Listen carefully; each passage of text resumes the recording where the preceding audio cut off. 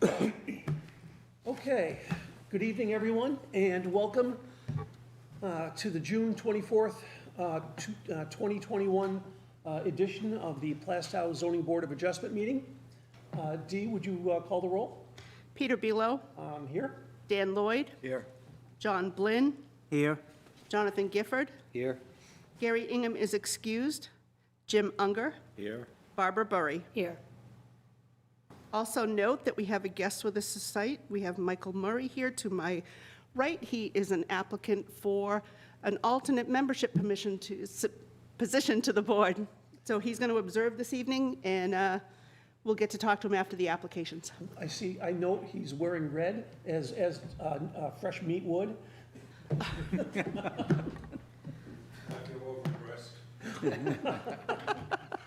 Oh, yeah.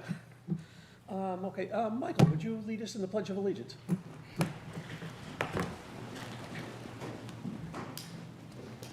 I pledge allegiance to the flag of the United States of America and to the republic for which it stands, one nation, under God, indivisible, with liberty and justice for all. Thank you.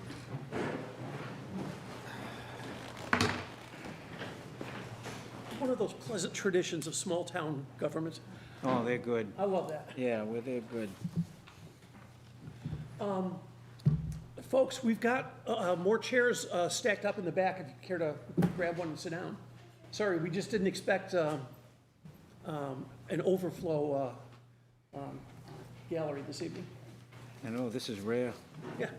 Before we get going, I want to go through a number of things. So I think at least the people here probably have seen the agenda that's out. I'm actually going to deviate from the agenda tonight by taking the second case first, just because I believe it's a very straightforward and relatively short case. I don't see the point in having those people stay around for something that may take a while. And second, I want to talk a little bit about procedures here. So we open one public hearing at a time. The applicants are up here at the desk. They state their case. We ask questions, make comments. Once the board is pretty much through making comments or asking questions, we ask, is anybody speaking in favor of the applicant?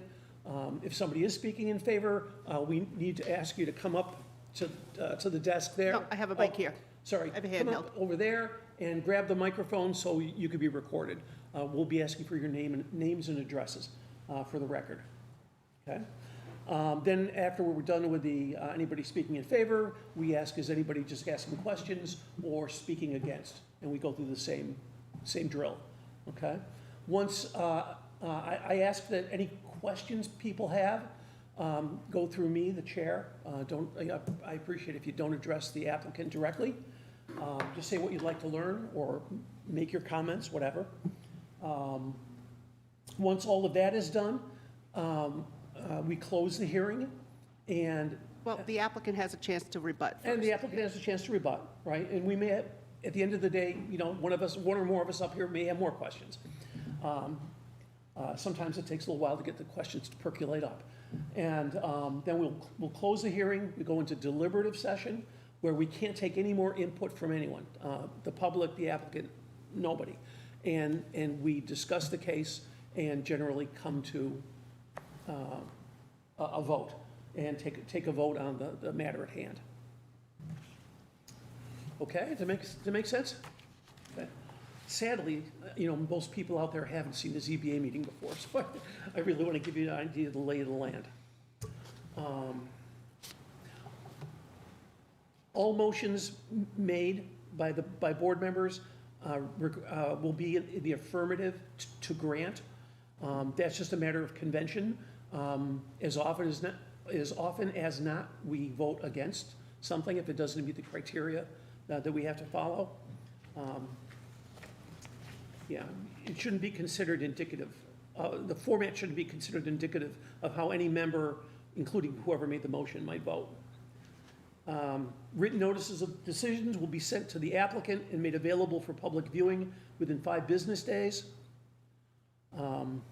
per New Hampshire RSAs, and RSAs is state law, if any party of standing, somebody, a butter or something similar to that,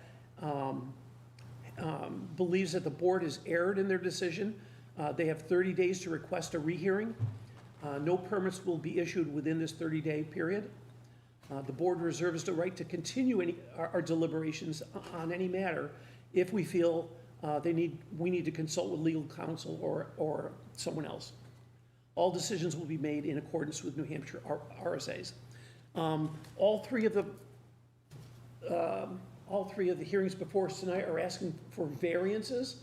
So in short, a variance is someone who wants to do something with their property that deviates from town zoning. Whether it be doing something too close to a sideline or the front line to the road, or it could be any number of things. Putting a sign up that's too large, they have to come to us to ask for a variance. We don't grant variances on a whim.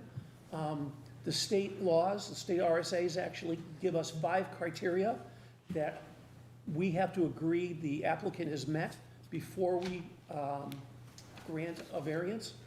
And it has to be all 5. It's not like a majority, you know? It's not like, oh, they made 4, but 1 no, okay? If 4 is yes and 1's no, then they don't get a variance. You'll be hearing more about it.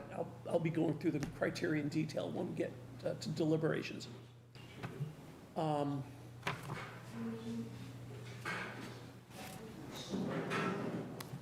think that's about all I have. Did I miss anything? No, I think that's good. Okay. Do So, you have any questions about the procedure? yeah, before we get into anything, any questions, comments? Well, questions. I mean, I can't deviate from the state certified or mandated procedure, so. Okay. Somebody's got a phone out there. I can hear the ping. If we could put it to silent, that would be great. And also, I also want to make you folks aware that all we're here tonight to do is go over the requested variances. If someone, for instance, is asking for a variance from a road frontage thing, road frontage zoning, that's all we can really talk about and consider. Other aspects of a proposed project aren't under our purview, okay? If we grant a variance for something, in most cases, probably not the driveway case, but other cases, the applicant would have to go to the planning board for all the minute details of a project. And, you might have to kind of just be aware of that, okay? Does that make, you folks all understand that? Okay. And if you got noticed for this meeting for the variance application and they do go forward to the planning board, you would get noticed for that as well. Okay. I mentioned we're going out of order. We're going to take case 2 first, or 21-11, and then go back to 21-10, which is the Lewis Builders, and then finish up the evening with 21-12, request from DC Development. Okay, D. Could I ask that one of the alternates be appointed as a voting member to replace Mr. Ingham? Yes. May I make a suggestion that we appoint Ms. Burry, because she would replace Gary the whole way through? Yes. Because we're going to have to get creative with 2 of the other ones because there are butters involved. Yes, okay, that makes perfectly good sense.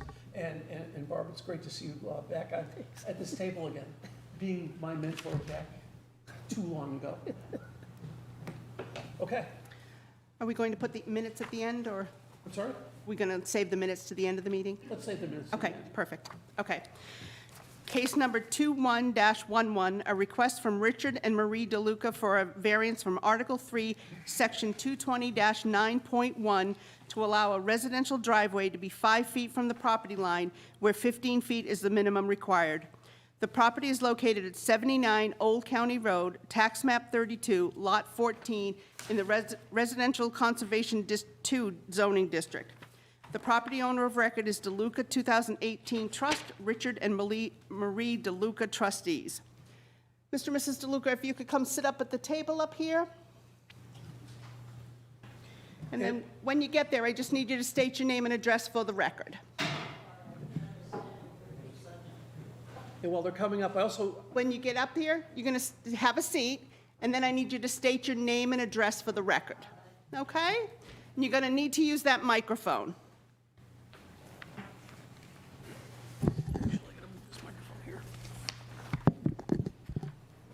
This thing? Yeah. Marie DeLuca, 79 Old County Road, Plaistow. And Richard DeLuca, 79 Old County Road, Plaistow. thank you for coming tonight. And before we get going, I want to make another comment to the audience. Most of you folks, especially the ones in back, can't see this, but like for all of these, I think for each of these cases, we show an image of the property or a drawing of the property on a screen that's located there. And there's another screen that you're not going to be able to see because it's right underneath the TV and clock over there. But you might be able to see the one over to my left.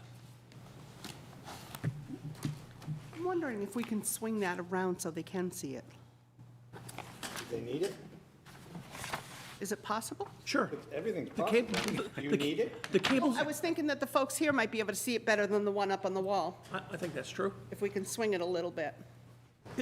Are any of those cables taut, John? No, they're all, The power. No, the power's not gonna allow us. oh, shoot. Thought you said anything's possible. Anything's possible. I need an Okay. extension cord. AD, note to the AV people. Extension cord, Get an got it. extension cord for that, please. Okay, Mr. and Mrs. DeLuca, again, good evening, welcome to the ZBA, and I guess I'd like to ask, what you doing? What do you want to do? Well, as you can see from where you walked in, this driveway that we have currently is like a ski slope. And last winter, he went to get paper and fell down, broke his hip. And we got to do something about that driveway. We have to, Okay, so right now, the driveway's like right in front of the house, it looks like? Yeah, well, we built that's like a mother-in-law apartment, and we were fortunate enough, having 4 acres, to make it a separate unit.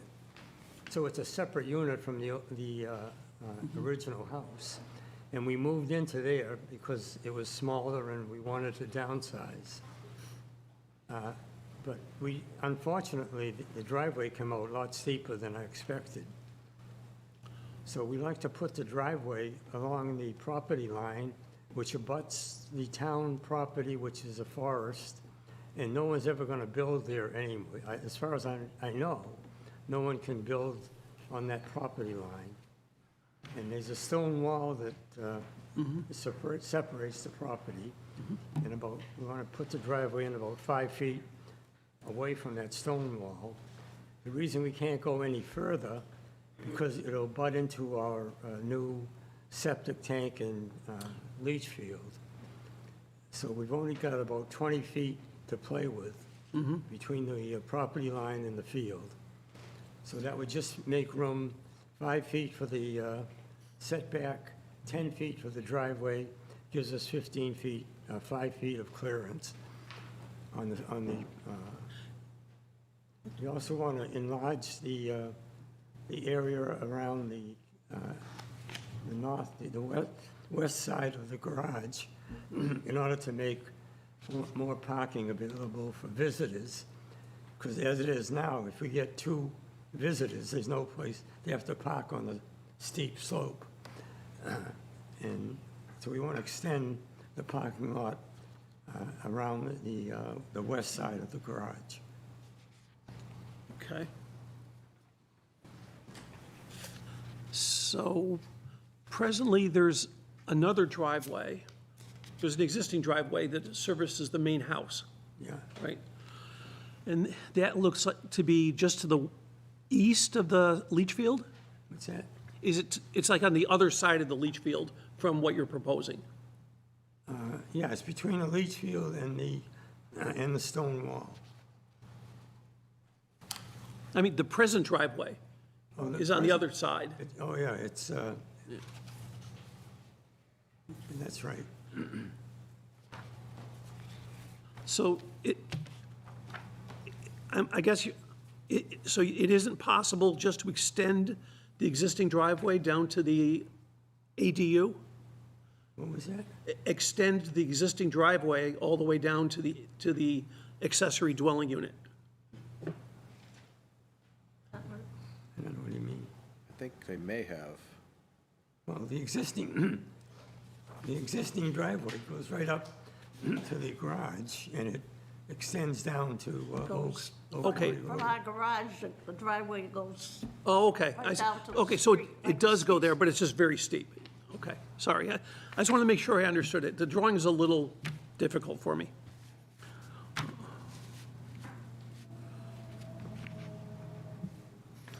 Anybody have any immediate questions?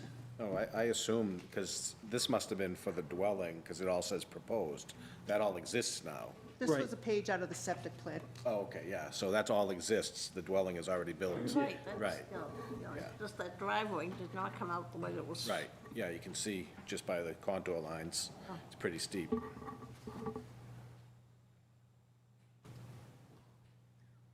Meet through the criteria.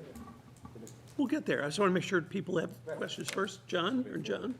No, I'm all set. And we got to separate you two. It's kind of difficult to say John, and I'm looking. We both like, look. You know. Note to self, one on that side next time. I think it's easier to have them together, kill two birds with one stone. I would never want to kill either of them. Okay. You can say John and get them both at the same time. Okay, I understand. I understand. Dan? I'm just, I'm assuming that the access to the dwelling would be where the new driveway's coming across. I'm sorry, Mr. Lloyd, I couldn't hear That's a you. good question. So right now, where is the entrance to the accessory dwelling unit? Is it in front of it, or is it on the left side? You know, how do you get into the building? Front, The existing driveway comes down. And then the front door's at the end of the the exist, driveway, the garage is here, the front door is here. okay. Okay. Barb, anything? Okay. So as I mentioned earlier, in order to grant a variance, we have to, meet 5 criteria.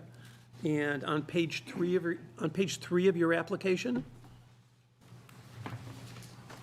you guys kind of answer those 5 criteria. I guess I'd like to ask you to go through each of those 5 with your answers. Right there, that page you have there. All Yeah. right.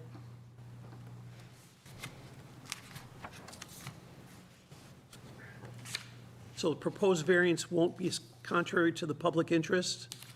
There's no one really abutting the property other than, I'm sorry, I need to interrupt. Can you get a little closer to that microphone? It's movable. There you go. You know, honestly, sadly, for how much we pay for these things, they're not terribly sensitive. Unless you burp. They yell, the AV people yell at me all the time for not being heard, so it's not just you. yeah, the abutters are either across the street, Yeah. or the nearest one is 200 feet down Old County Road, because it's on the other end, far away from next door neighbor. Okay. Number 2, spirit intent is preserved. Well, we don't see how it would interfere with anyone, any abutters, or it won't increase or decrease, the amount of traffic or anything like that.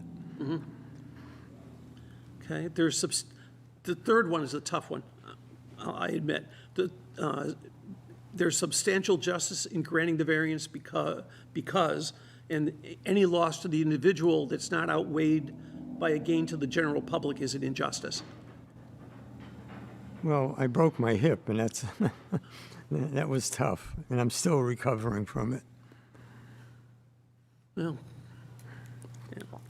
Values of surrounding, Doesn't really interfere with anybody else. I mean, okay. Values of the surrounding properties won't be diminished. because it doesn't interfere with other butters. True. I can see that. Okay, the fifth one, literal enforcement of the provisions of the ordinance would result in an unnecessary hardship.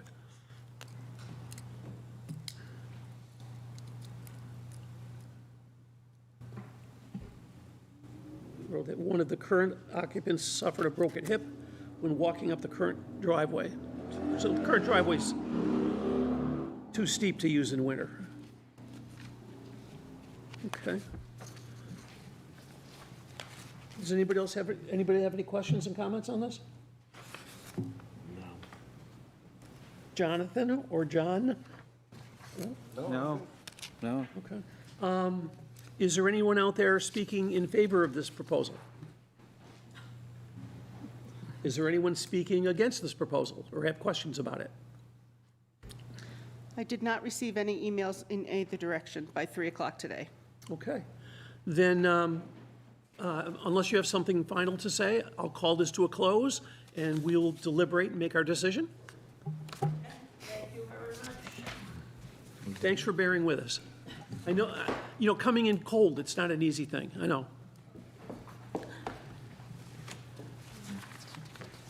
You're welcome to stay and listen to the deliberations if you'd like and find out what their decision is, but you can't say anything, okay?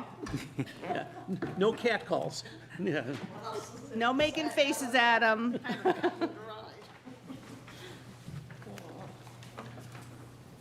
Okay, we're in deliberation here, folks. Before I step through the criteria, does anybody have any initial, I'll say initial, Thank you. let's make a motion. Let's make a motion. Someone, anyone? I'll make a Bueller? motion to grant. Barb, there's a draft motion here to read in your staff report.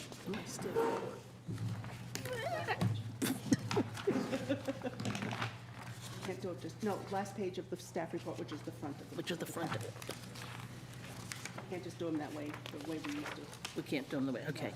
I move to grant the request for a variance from Article 3, Section 220-9.1, to allow a residential driveway to be no closer than 5 feet of the sideline property at 79 Old County Road, Tax Map 32, Lot 14, with the following conditions: that the property owner shall provide the Department of Building Safety with certification by a licensed land surveyor as to the location of the new driveway.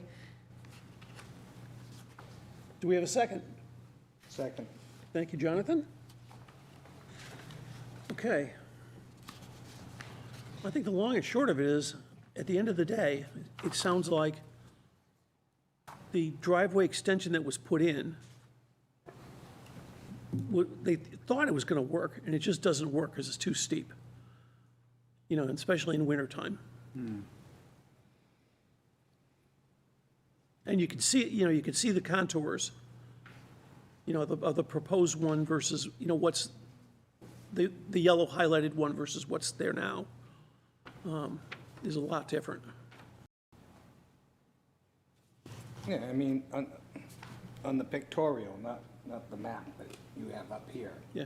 It's much more, it's easier to identify that this original paved driveway went to the main house. And when they split off and built their smaller house to live out the end of their dreams, it's just a steep, Yeah. it just doesn't work.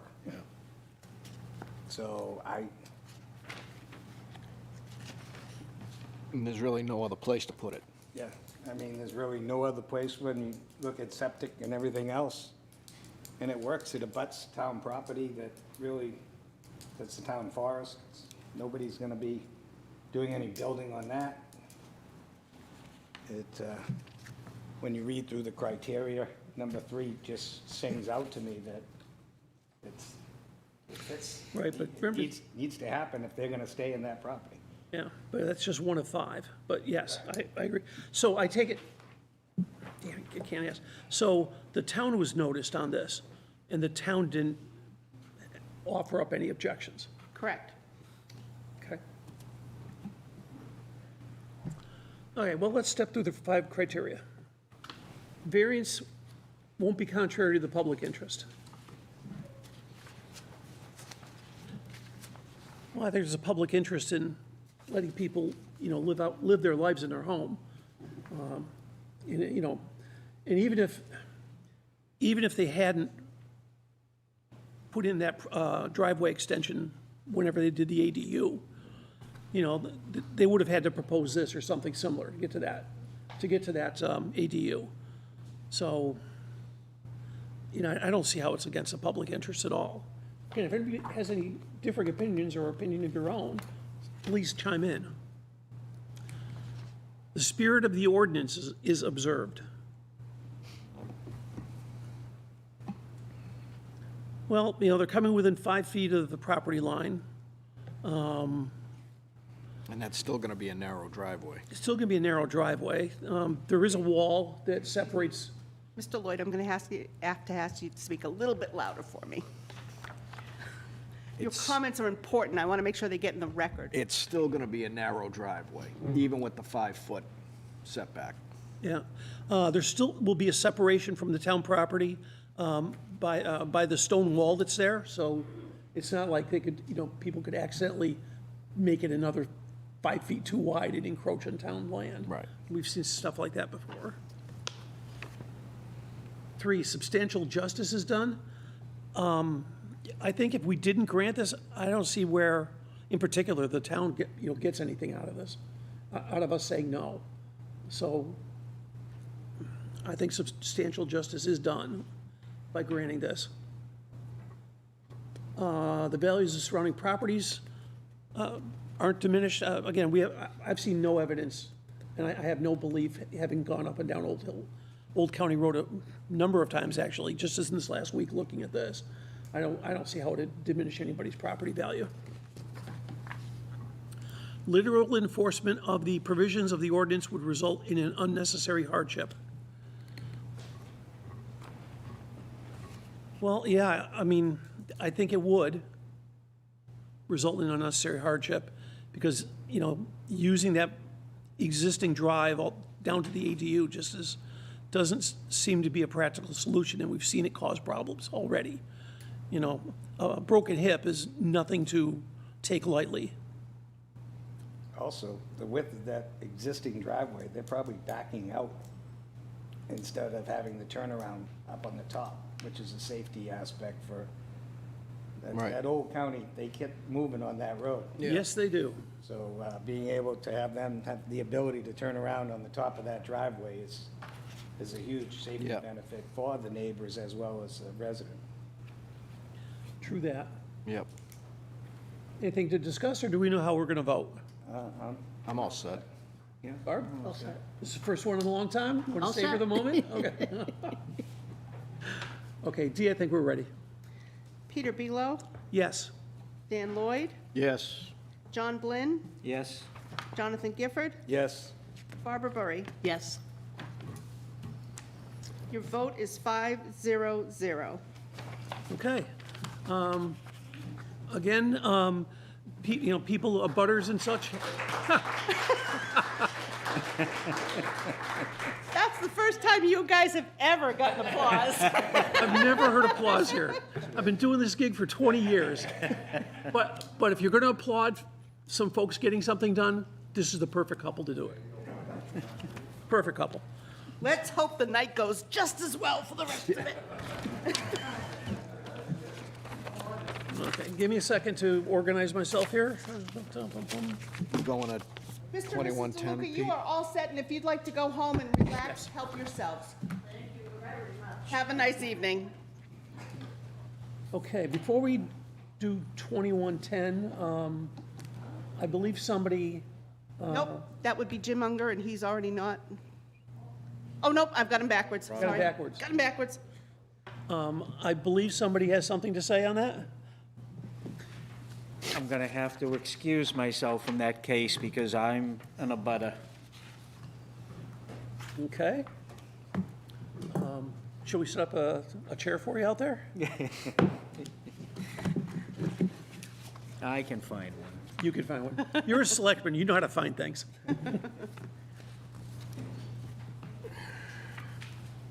Okay. Okay, now we need to appoint Jim as a voting member. Yeah, I appoint Jim as a voting member. This is why we need multiple alternates. Oh, and just so people, yeah, while I've got a captive audience, I'm going to educate you, sorry. Per state law, per RSAs, a zoning board is composed of 5 individuals. Has to be 5. Can't expand to 7, can't contract to 3, 5 individuals.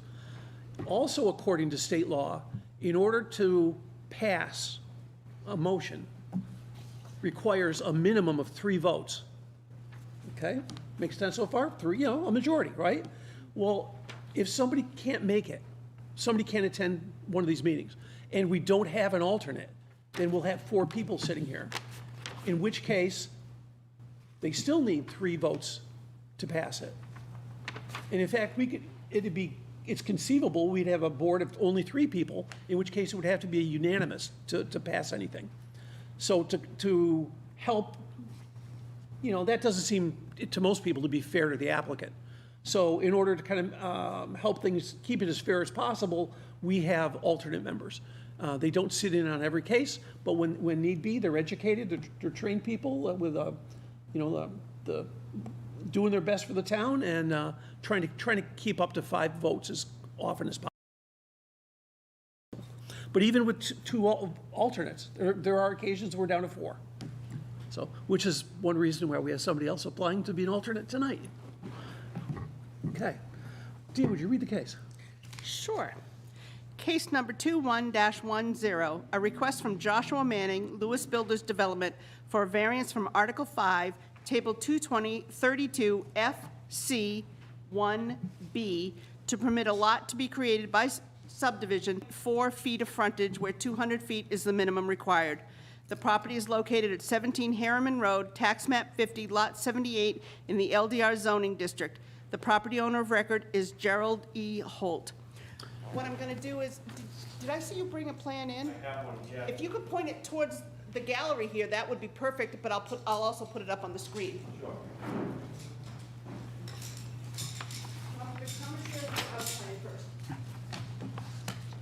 Oh, goodness. I'll do the pictometry first, and then we'll go to the plan.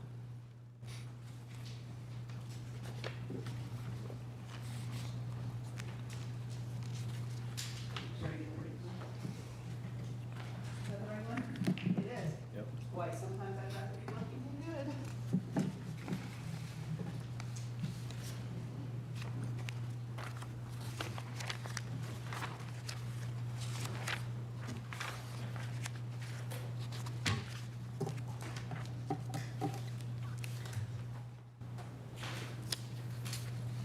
The board has smaller size copies of the plan. I also have a few larger size.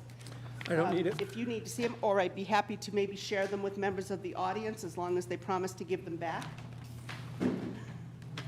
Your call, Mr. Chair. Sure. Okay. Sure. Anybody for this application would like to take a copy of the plan? You have to promise to give it back at the end of the meeting. I'm gonna make that.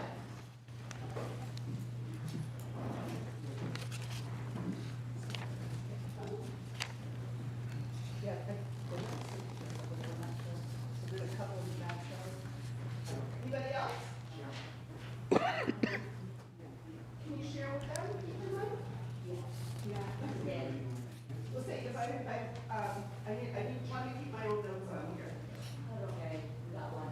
Okay, it's a big one. So just so people know, I see things on Facebook all the time about overspending in government and, stuff like that, and how people waste money and all this. We want these copies back because we may use them at future meetings. And we just don't want to spend the money for copies. That's how cheap we are. We also use them because they could change before they go back to the planning board, and we don't want just random copies out there floating that might not be the right one or the most current. Okay, I'm done. You're sure? I am. Welcome before us. So could you give us a brief rundown on what your plan is, why you're here? Sure. Tony Algeri for Lewis Builders. I'm sorry, I couldn't hear you. Tony Algeri, Could you spell the last name for me, please? Augeri, Okay, and Joshua Manning. thank you.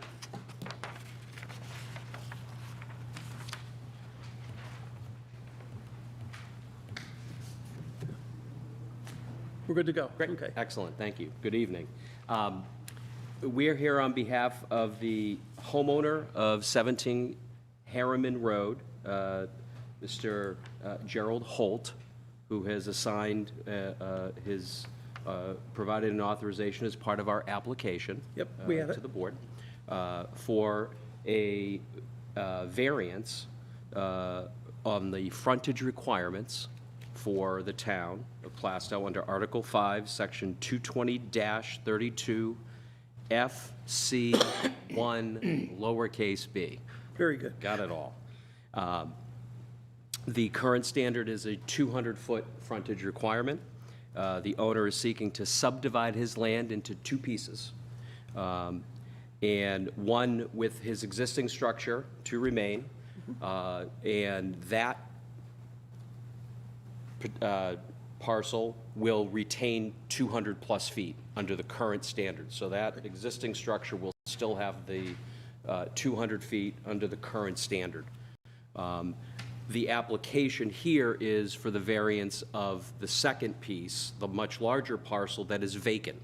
And that's what we are here seeking the variance for. Can I stop you with a question? Sure.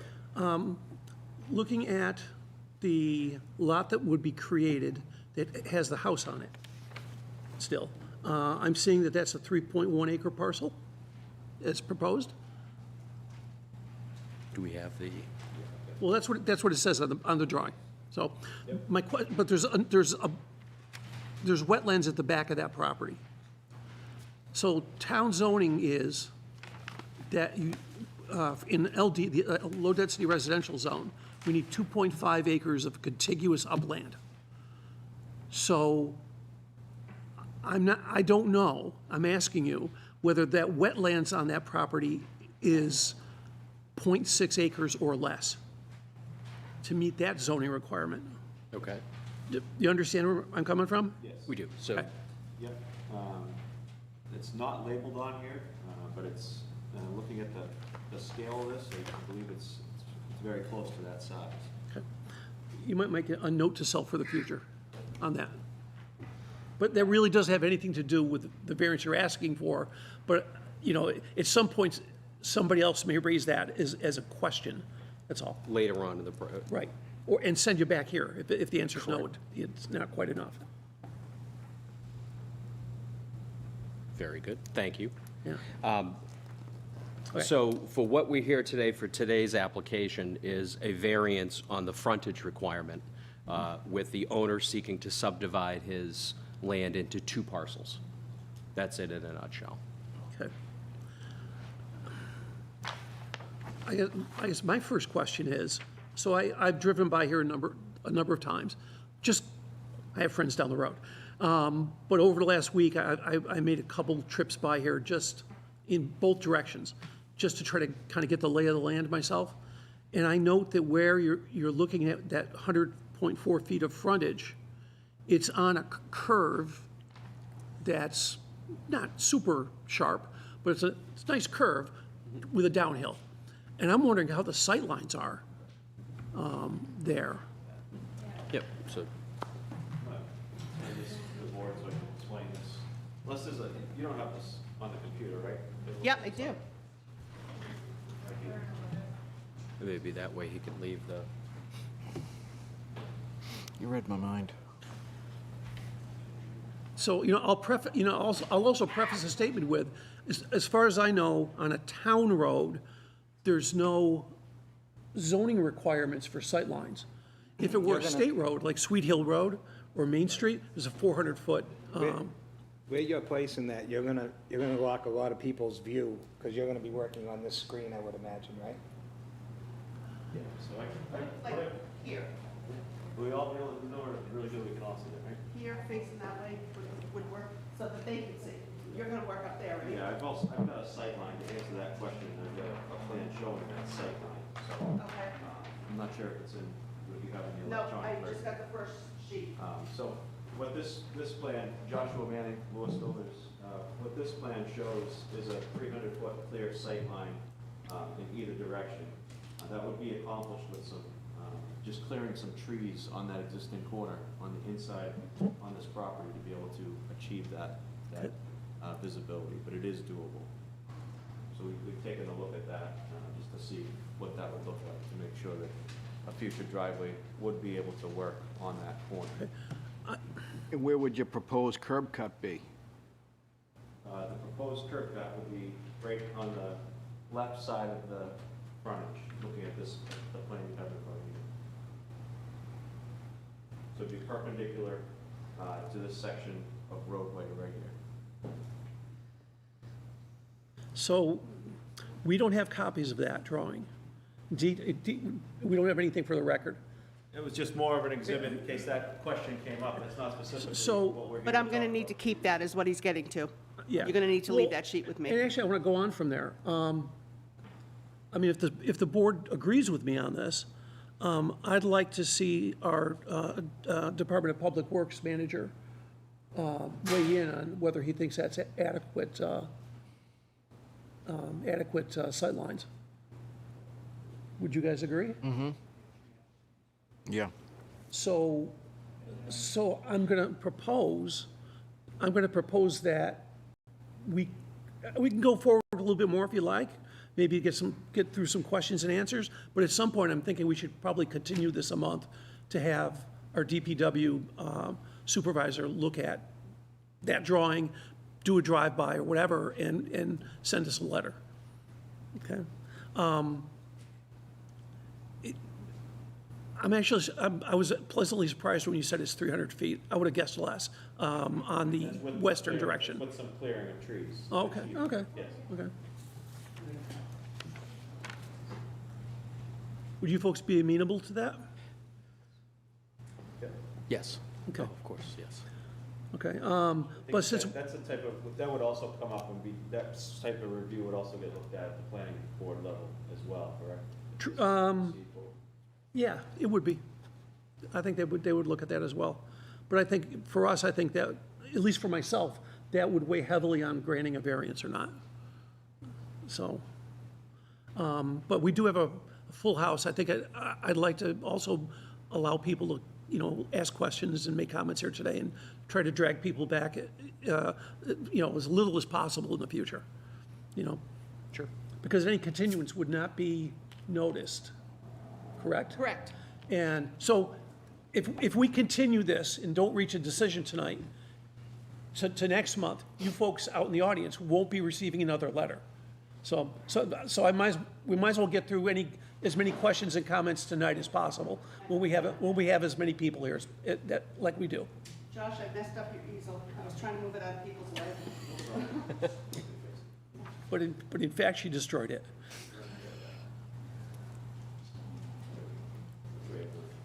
I kind of want them to be able to see what, as best they can, but they can't see the screen either. Where do you want me to put it, folks? Don't, yes. That's good? That's good. Perfect. Thank you. I don't think there's any point in going through the 5 criteria at this point. Would you guys, I mean, if we're going to continue this, look, I'm kind of playing off book here, okay?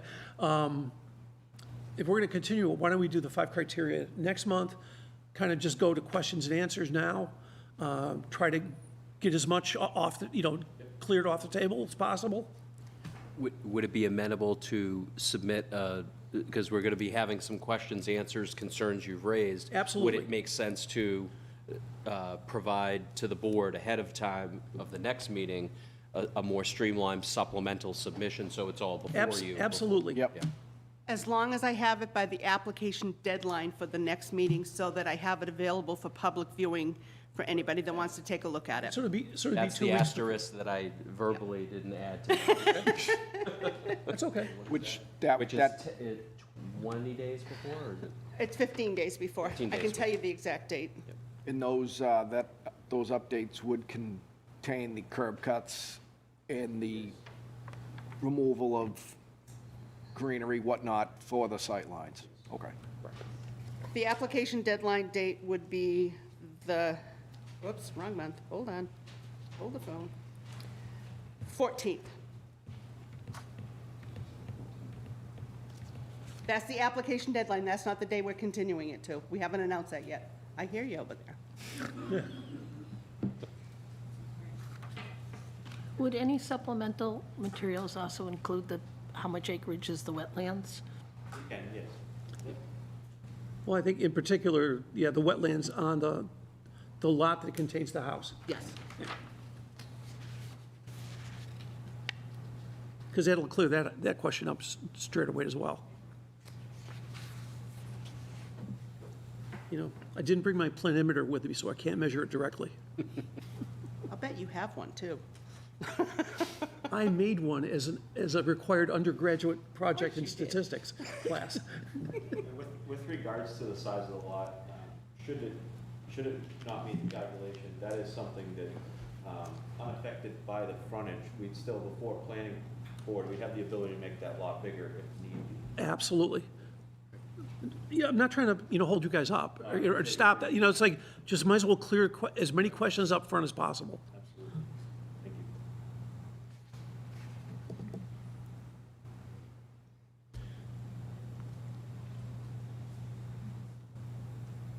So I think in sum, we're certainly amenable to that, to going right to the question and answer, and Okay. any So, further questions from you, and then for the Okay. public. And okay, Jonathan, you have anything? No, I'm pretty good so far, until I hear from the butters if they have any Well, issues. and let me so just forth. go down the table. Dan?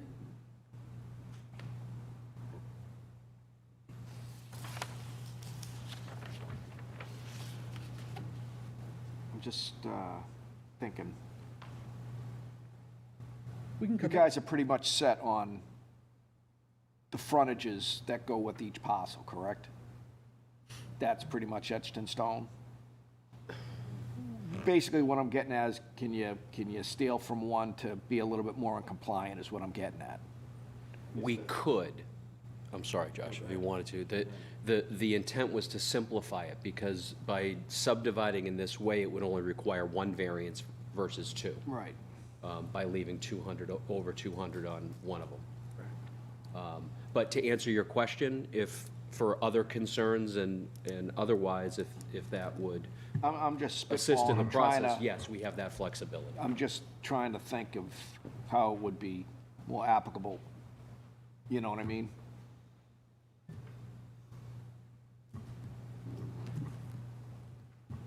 Jim? I'm all set. Barb? I'm all set. Yeah, at the end of the day, this is, with the exception of the sightline question, this is pretty much a straightforward frontage Yeah. thing. Because we're not looking at the wetlands in the large parcel. That's not our bit. We're not looking at alternate access ways to the parcel, because that's not our thing. That's a planning board, actually, that's up to you guys and your abutters. But, so I think that's, for now at least, that's all I have. And by the way, next month when we meet, we will open it up to questions again, okay, and comments. This isn't a one and done, but I'm trying to make it so if you don't feel like you don't have to show up, then you don't have to, okay? So if anybody has any, I'll formally, is anybody speaking in favor of this? I'm not hearing anything. Dee, do you have anybody speaking against? Do you have anything in writing? I have nothing in writing. Okay, if someone is speaking against or has just a question about this, and again, we're really looking only at the frontage issue, please come up to the microphone there that Dee has, that our Vanna has. Town of Plaistow, Vanna White. Excuse me. Does anybody have any questions or would like to speak to the frontage issue? Come on up. I'm going to give you the mic, and I need you to state your name and address for the record, please. I am Corinne Martin from 9 Buttonwood Farm in I'm sorry, Plaistow. once more time? Corinne Martin, 9 Buttonwood Farm. Okay? I come here tonight as a Plaistow resident, as an abutter, and as someone who's seeking to look out for Plaistow community's best interest with the ongoing development by corporate entities. Approving a zoning deviation would begin a hazard and a safety concern for the community. It would cause undue hardship for other residents. It is contrary to public interest, and there is little justice in granting this request for a zoning variance to the town of Plaistow and its residents. I believe it deviates from the spirit and intent of the preservation of the original intention of the ordinance. A deviation would be contrary to public interest because there is existing safety concern around that specific corner that is shared by residents.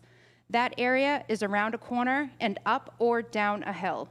There is a formal complaint dating back to the 1990s relating specifically to that corner by a citizen who is a resident of Harriman Road and a fellow abutter to this property. The ZBA deviation would cause undue hardship for residents due to the fact it would add challenges and additional cross-traffic on an already challenging corner. Additionally, the town does, I'll talk about that at a later date. Many have moved to Plaistow to enjoy the small town offerings in an ever-expanding world and the city of life around us.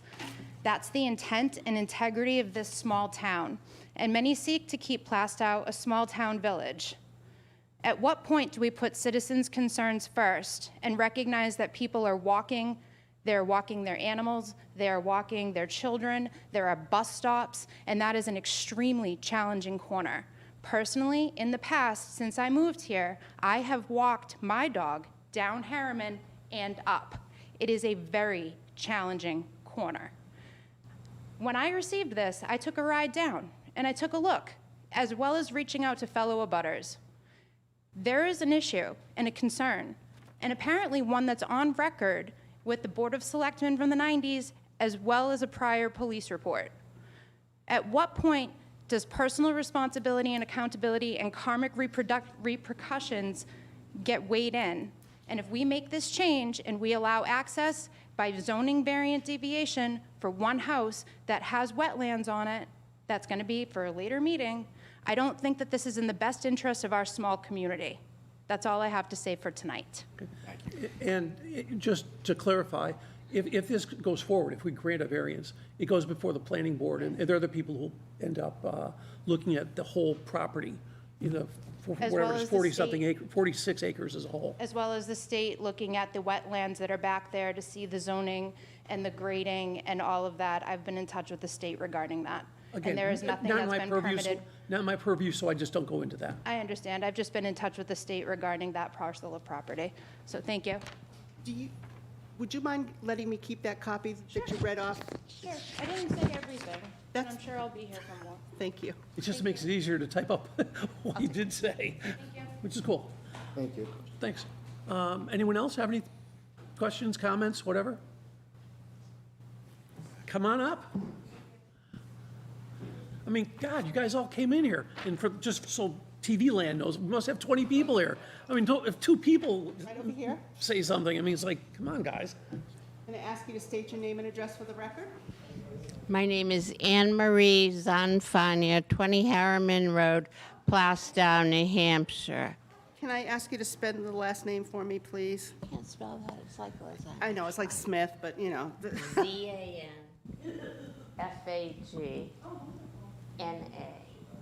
Thank you. And it was Anne Marie, right? Okay. All right, great, thanks. I live on that hill across the street from where the entrance is going, or would go. It is so dangerous for me to back out of my yard, let alone have more interference from more cars coming. We've had 6 mailboxes taken out. People hit them, you know, and then drive off and no mailbox. It's been tough when we walk our dogs, or, you know, just the bus stop at one point was very difficult. You want to talk to that man up there? Who's that?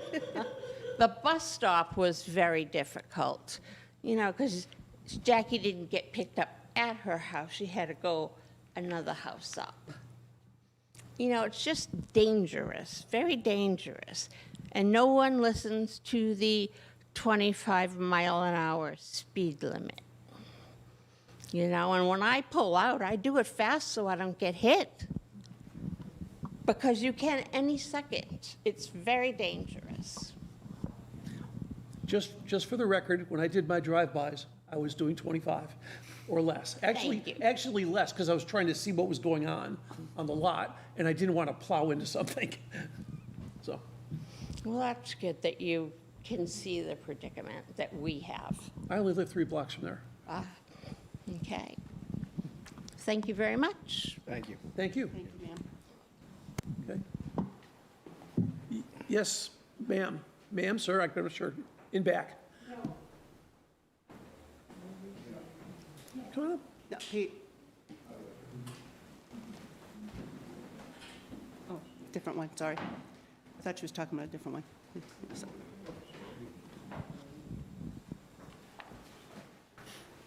Here's the microphone. I need you to state your name and address for the record, please. My name is Elwood Paradis, 15 Harriman Road. Of course, that's Plaistow, New Hampshire. Yep. I'd like to mention that I put in through the Highway Safety Department or Committee back in '96 about this same curve we're talking about now. It was a danger then. It's 100-fold more now than it was back then. As the ladies talked about, walking the dogs, just walking, jogging. There's joggers out there. There's one guy that does 15 trips around Forest Street and Harriman Road every day. He puts his life in his hands. These 2 letters, one is signed by Steve Savage when he was chief, and the other one was Marilyn Senna. God rest her soul, both of them. I'm sure you remember both of them. You can have copies of these. These are mine. You wanted copies before? Yeah, are those copies? No, those are the originals. Could we just keep copies, Dean, give them back the originals? Yeah, let me see if I can get this copy over here going. That goes along with you talking about the Highway Committee. You wanted to, Yeah, information from them. Can I ask you to for just a second while I make the copies? because she takes notes as well. She can't take notes and do the copies. Okay. Back in Hey, hang on a second.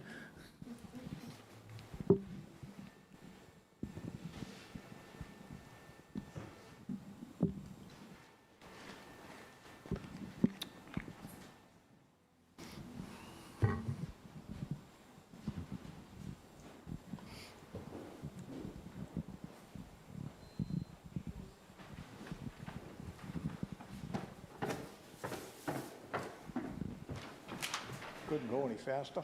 Sorry.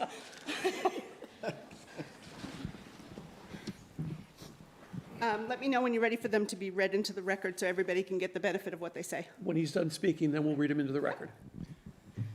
Back in '96, there was also, in that same parcel of land we're talking about now, there was another project that they tried to put in. I think it was 96 units they wanted to do, and it got turned down then, mainly because of wetlands and other. That place is almost all wetland when it rains hard. And the drainage coming down Harriman Road, going down the right-of-way between, well, it's really not a right-of-way, it's just an access. Goes down there, and there's a leach field down there and a well, and I'm surprised that he doesn't get some of that water in his well. That's all I got to say. Okay.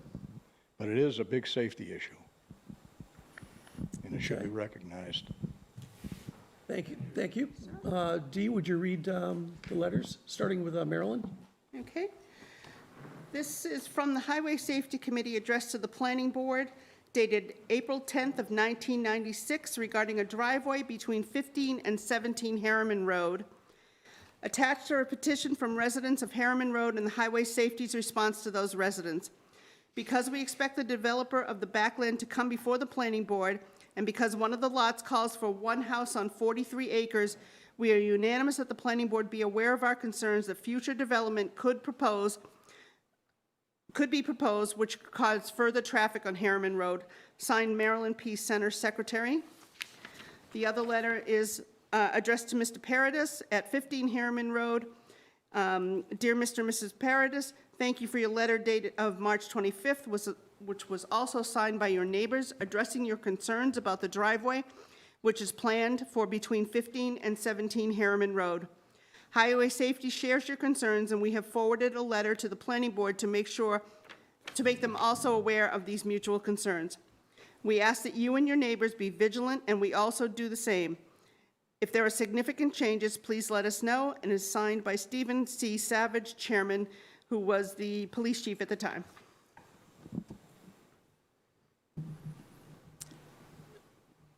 Okay, and we'll get copies of those for next month. Yeah, okay. And also, I think in all fairness, you should give the applicants copies of those as well. Sure. Okay. Mr. Manning, can I scan them and email them to you? Will That would be fine. Okay, thank you. Okay, any other questions or comments from folks? Please.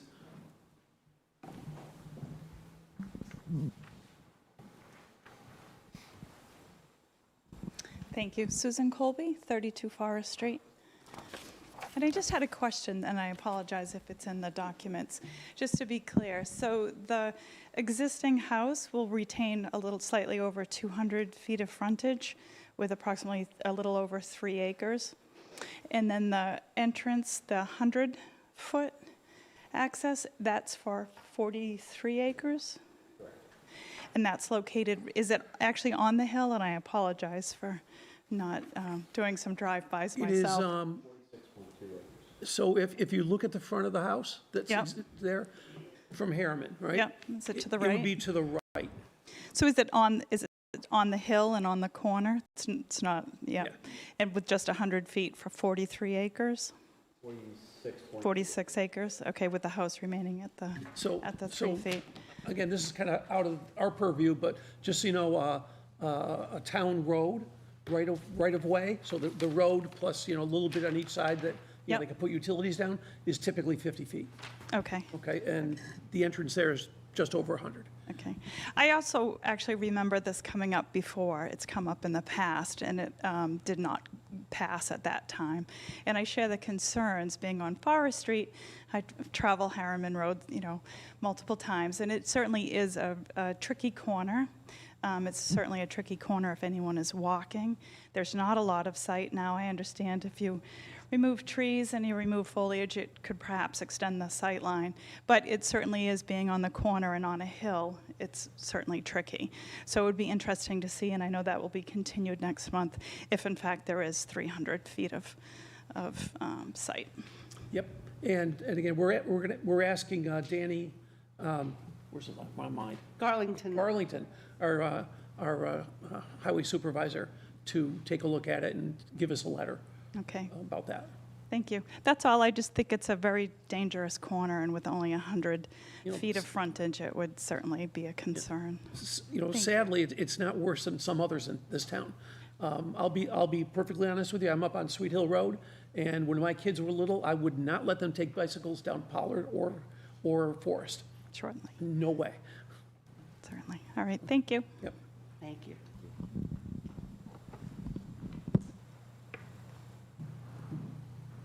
Anyone else? There's a selectman in the audience out there, and I can't believe he's keeping quiet. See, I hadn't told you.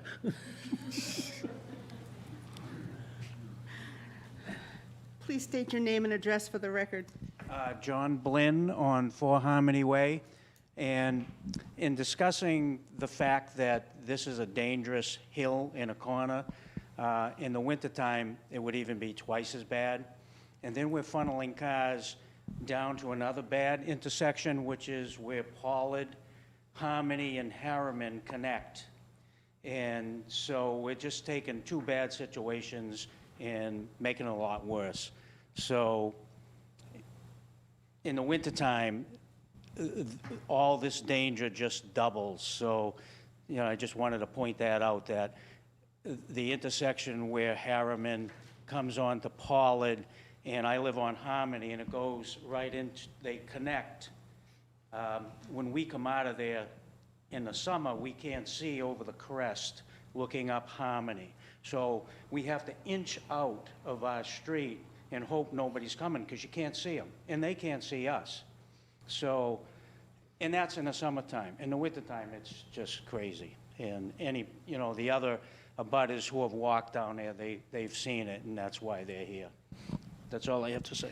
Thank you. Mr. Blinn, can I ask you to confirm for the record that you are speaking as an abutter and neither as a member of the zoning board or the Board of Selectmen? I am speaking as an abutter. Thank you. Thank you.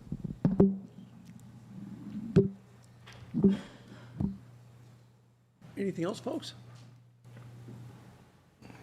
I guess we have to take a vote on continuing this? No, you just have to state for the record the date, time certain that it's continued to.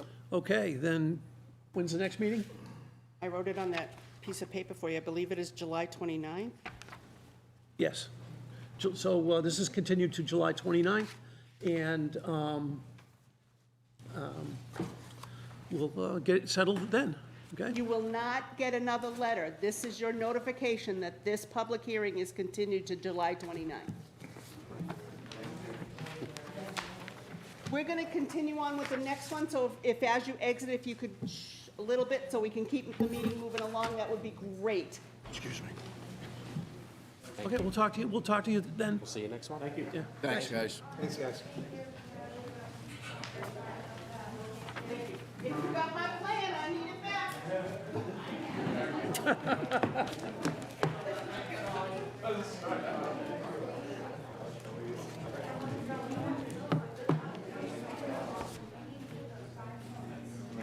Folks, can we ask you to exit quietly so we can continue the meeting? Thank you.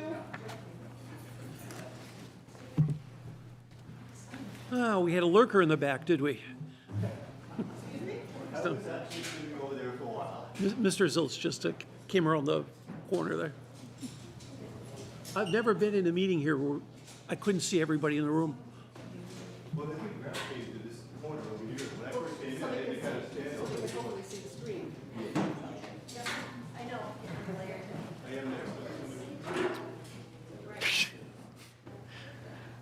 I have additional plans of this one. Do you mind if I distribute those as well? Please, yeah. Okay, like the last case, I have some extra copies of the plan, if anybody would, you promise you give them back.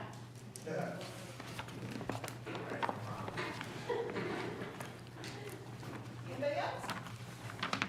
If it makes you feel any better, if it makes you folks feel any better, she doesn't treat us any better. I'm sorry? Somebody call me? No,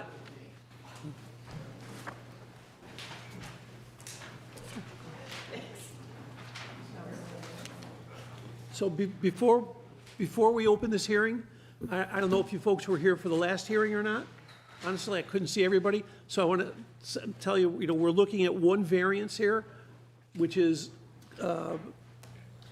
foundation distance. We're not looking at the entire project.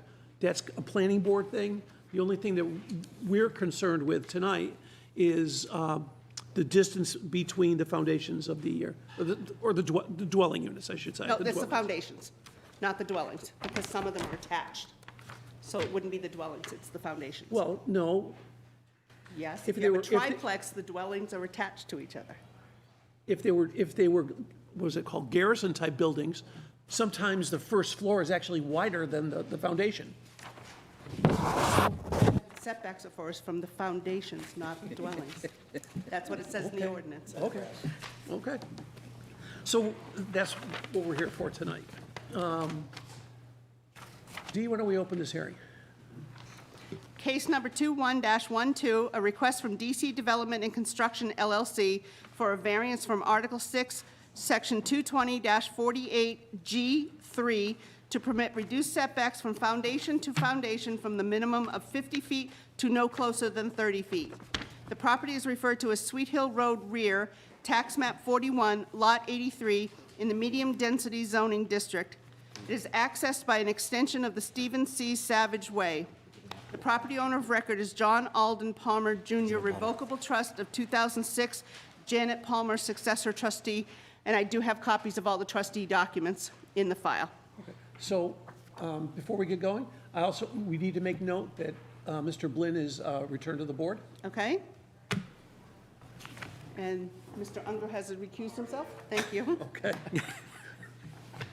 This is why we have alternates, because one of the members of the board had to recuse himself from the last case, and his place was taken by an alternate, and then he had to step off because he's in a butter on this case. So, Mr. Zilch, what are we talking about tonight? Well, if you'd like, I could kind of run through just to give you a description of the property, Yeah. and then kind of bring you up to speed what we're trying to do here. So, Julie, I'm thinking you're going to have to speak just a little bit louder so our friends in the back can hear everything. okay, that's fine. Those microphones don't amplify. They don't. They only amplify for the people listening on television. Okay, great, thank you.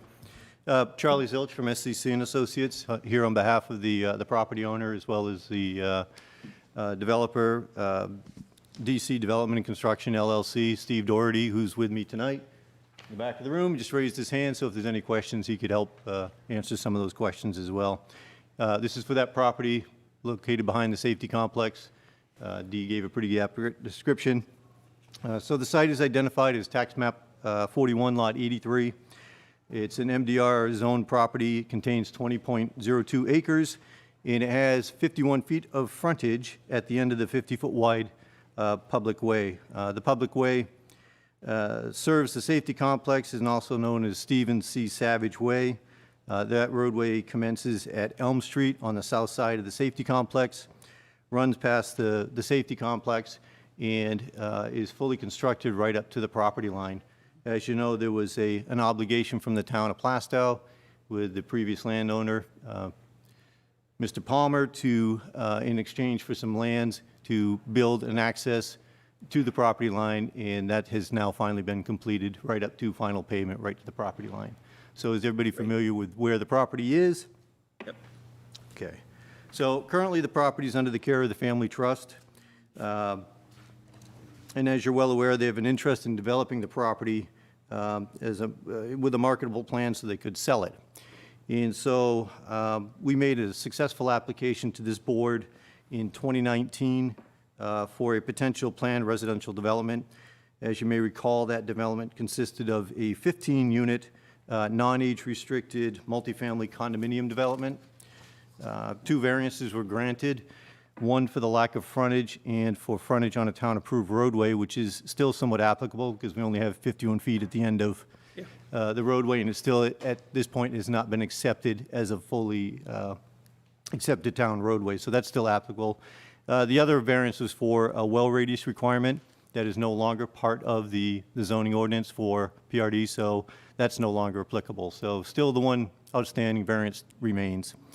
So any questions about the property, the access, or anything on that?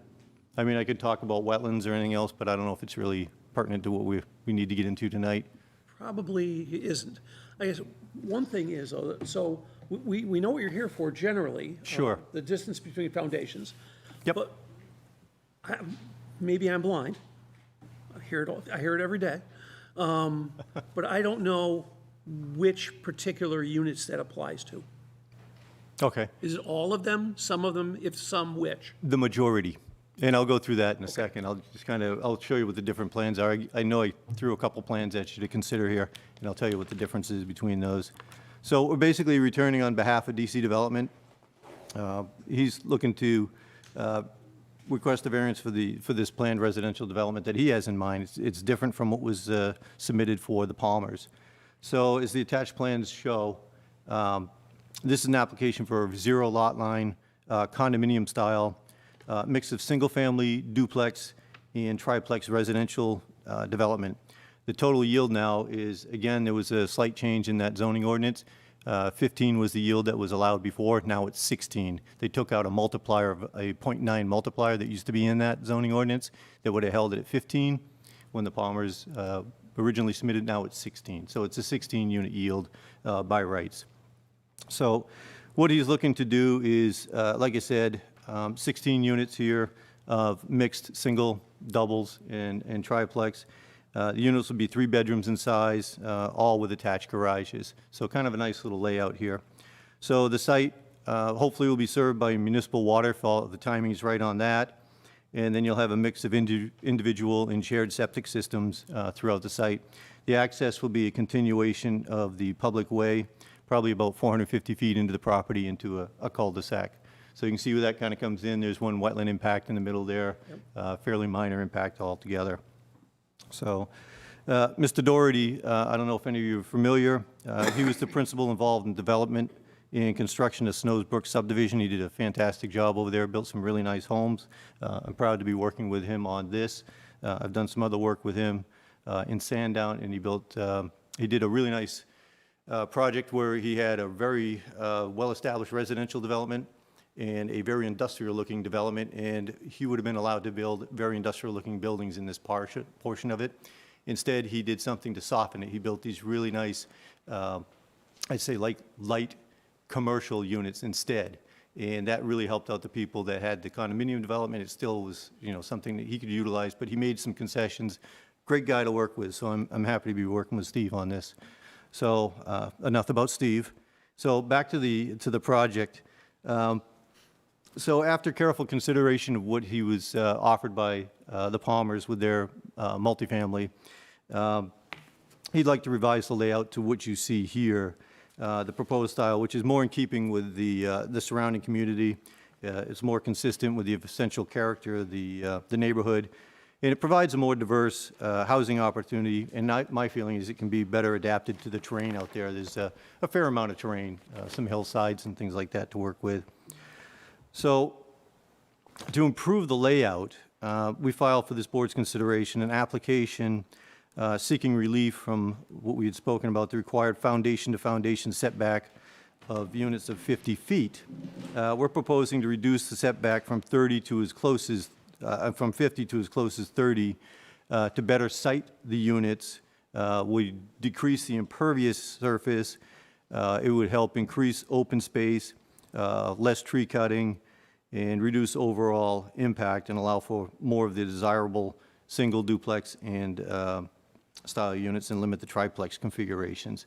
So this first plan, just to tell you what I mean about the triplex, this first plan shows a mix of units here. There's singles, duplex, and 2 triplex units. And those are all situated 50 feet apart. You can see it pushes the driveways back to meet the setback. You go to the second plan, just so you could have a direct comparison. This is where I took those same units, 2 triplexes, same amount of duplexes and singles, and separated them by 30 feet. And if you kind of flick back and forth between those 2 pages, you can see we can knock the roadway back a little bit. The driveways are shorter. Overall, you get about a 2.5% decrease in impervious. That's great, but that's not exactly what he wants to build. So if you go to the third sheet, he really doesn't want to do the multifamily. We can't avoid it for the most part. We're going to have to do 1 triplex. This one is, we eliminate one of the triplexes that was at the cul-de-sac, and we replace it with another duplex and a single. And this one, although it's not as, you don't gain as much as you would with the previous, with the 2 triplexes, it's still an improvement over the 50-footer, the original. It's about a 1% difference in impervious area. It's still a gain. You still gain on open space. You still gain with keeping septic systems tighter, less tree cutting, all of the aforementioned things that you gain with by bringing these a little bit closer together. So yeah, go right ahead. Yep. So going forward, Yes. the rest of tonight, this is the drawing. That's the plan to consider would be the third plan, which is 1 triplex. That's the one we're promoting tonight. Are these labeled differently so D in the records can differentiate amongst the 3 of them? It's, I think I wrote down the amount of units on here. Yes, so if you look at note number 3, the intent, That tells Yeah. you the amount of units that we're seeking here, and I can read that out so it's in the record for you. This would show 1 3-bedroom triplex unit, 4 3-bedroom duplex units, and 5 3-bedroom single-family units for a Okay. 16-unit total. Okay, I mean, That's at 30-foot separation. That's the plan we're looking for relief from. I'll find a way to make sure it's notated correctly in the minutes. I guess, as we look at those notes, I'm not comfortable with the word conceptual in note 3, on page 3 of that. I mean, this isn't a conceptual, this is what you want to take to the planning board. Yes, but do keep in mind, we're going to have to get into, site grading and things like that, and we haven't done test pits, things like that. So it may change the location of those units a little bit. I wouldn't imagine there'd be a great difference from this, but I would like to ask for a little bit of flexibility. We still have to take it to the next step, which is full engineering. So we'll have to consider things like Okay. drainage, that sort of stuff. But Sure. the unit count, this is really what Steve would like to move forward with. So this is cast in concrete in the terms of 16 units, only 1 triplex. Correct, Okay, correct.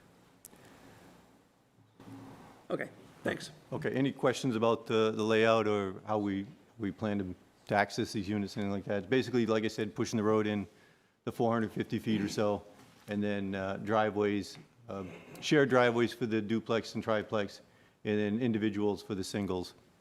And then we'll have drainage. We haven't really worked that out yet, but it's probably going to be small, little infiltration ponds here and there. We're going to do roof drainage, things like that. A lot of innovative kind of ways to handle the drainage on this thing.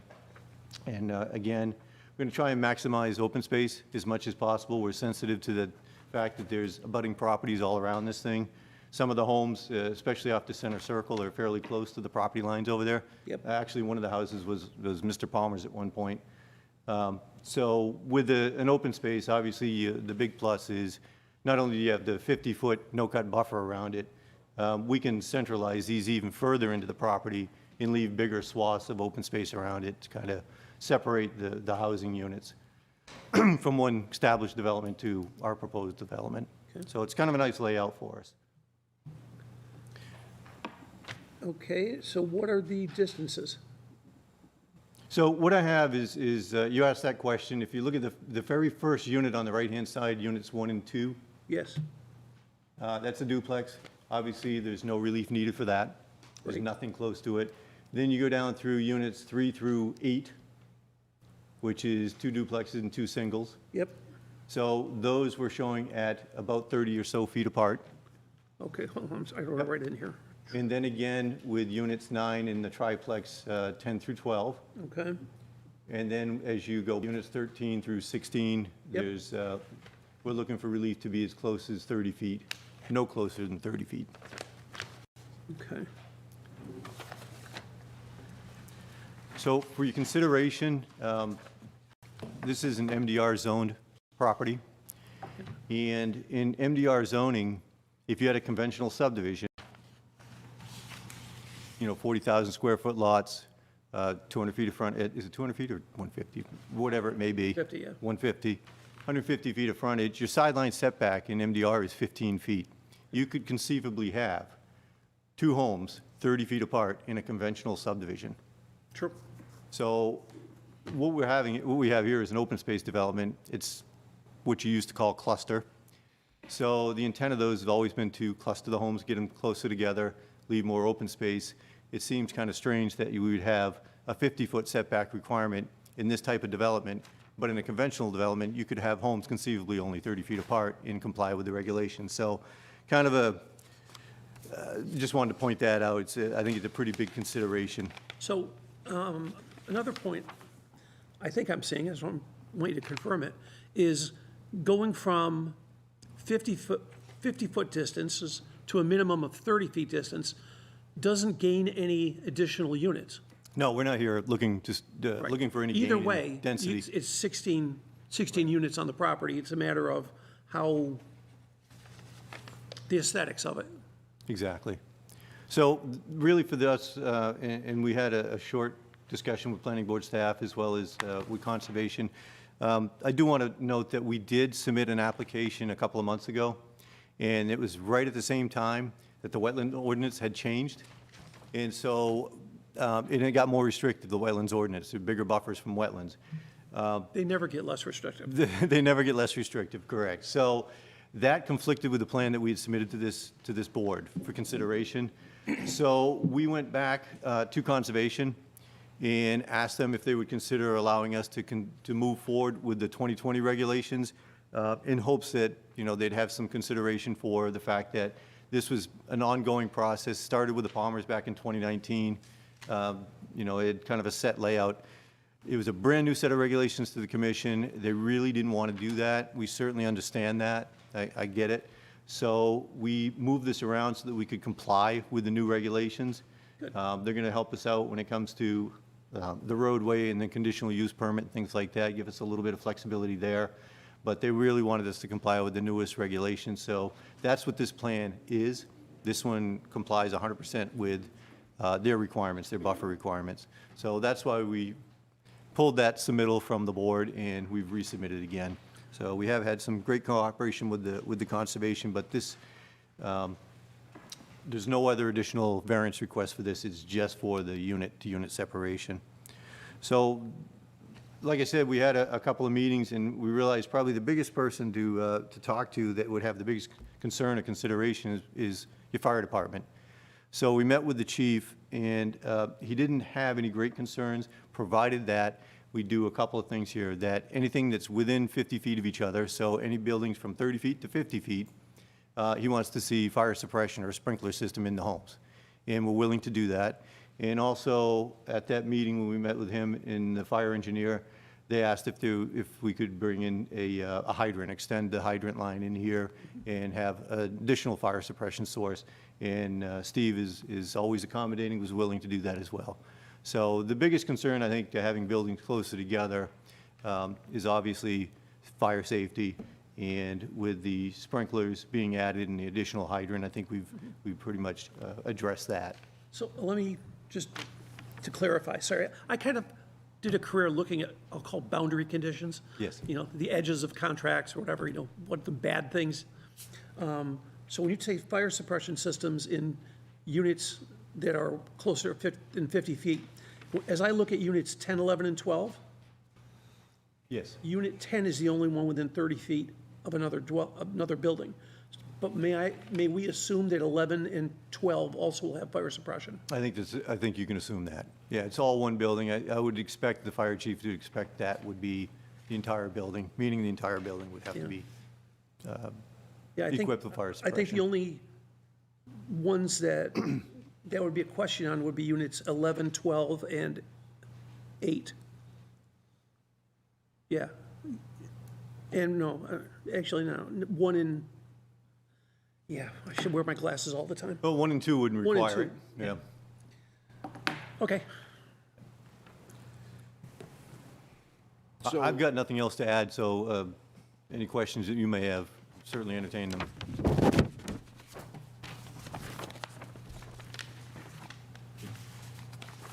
You have a copy of the letter from Fire Captain Vizina in your packet? Yep, would you be so kind as to read that? I'd be happy to. Charlie, that would be you. Per our discussion and review of the proposed development plan, each unit will have allowances to be within the 50-foot setback, but no closer than 30 feet, with an approved fire sprinkler suppression system and extension of the hydrant system. One hydrant located at the entrance to the property and a second located at the end of the cul-de-sac as discussed. Signed by Captain Fire Inspector Scott Vizina, Plaistow Fire Department. Okay.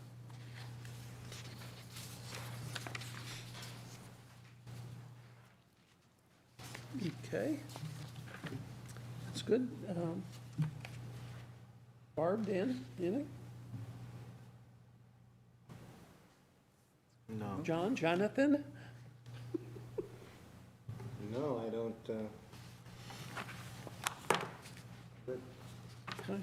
So at the end of the day, this is the same size development. Yeah, they're not adding. They're not adding, it's- subtracting, They're just condensing the area where the housing is and putting in fire suppression to secure them from. Yeah, and leaving larger individual tracts of open land. Okay. That's the way I read this. So it's, I'm just under the understanding that 1 and 2 and probably 7 and 8 are the ones that won't have fire suppression, right? 7 and 8 far enough away? It's too close. 7 and 8, I believe, will still be within, they'll be influenced by the 50-foot separate, they'll be within the 50 feet. They will. It will be. Okay. Shall we go through the variance criteria? Would you like me to read my response? Absolutely. All right. The first one's a little bit, it's pretty much regurgitate everything I said, but I'll just read into it if you'd just have a little patience with me. So the proposed variance will not be contrary to the public interest because my response is that granting the variance to allow the proposed units to be positioned closer together does not increase the density. It allows for a better layout that is less impacting. When compared to a similar layout where homes are positioned 50 feet apart, you can see that there are several advantages. The driveways would be shorter, and the roadway length would be shorter as well. Both considered overall impervious pavement would be reduced by about 2.5%. If one of the triplex units is eliminated, more in keeping with the surrounding community, providing more marketable single and duplex dwellings, the benefit, although slightly less at 1%, is still maintained. With either layout, at the 30-foot separation, the proposed homes would be closer to the roadway, as well as the septic systems that support them. This clustering of homes and septic systems closer to the road decreases site disturbance and increases allowed open space. Again, a comparison to the 50-foot layout shows an increase in open space via the 30-foot setback plan.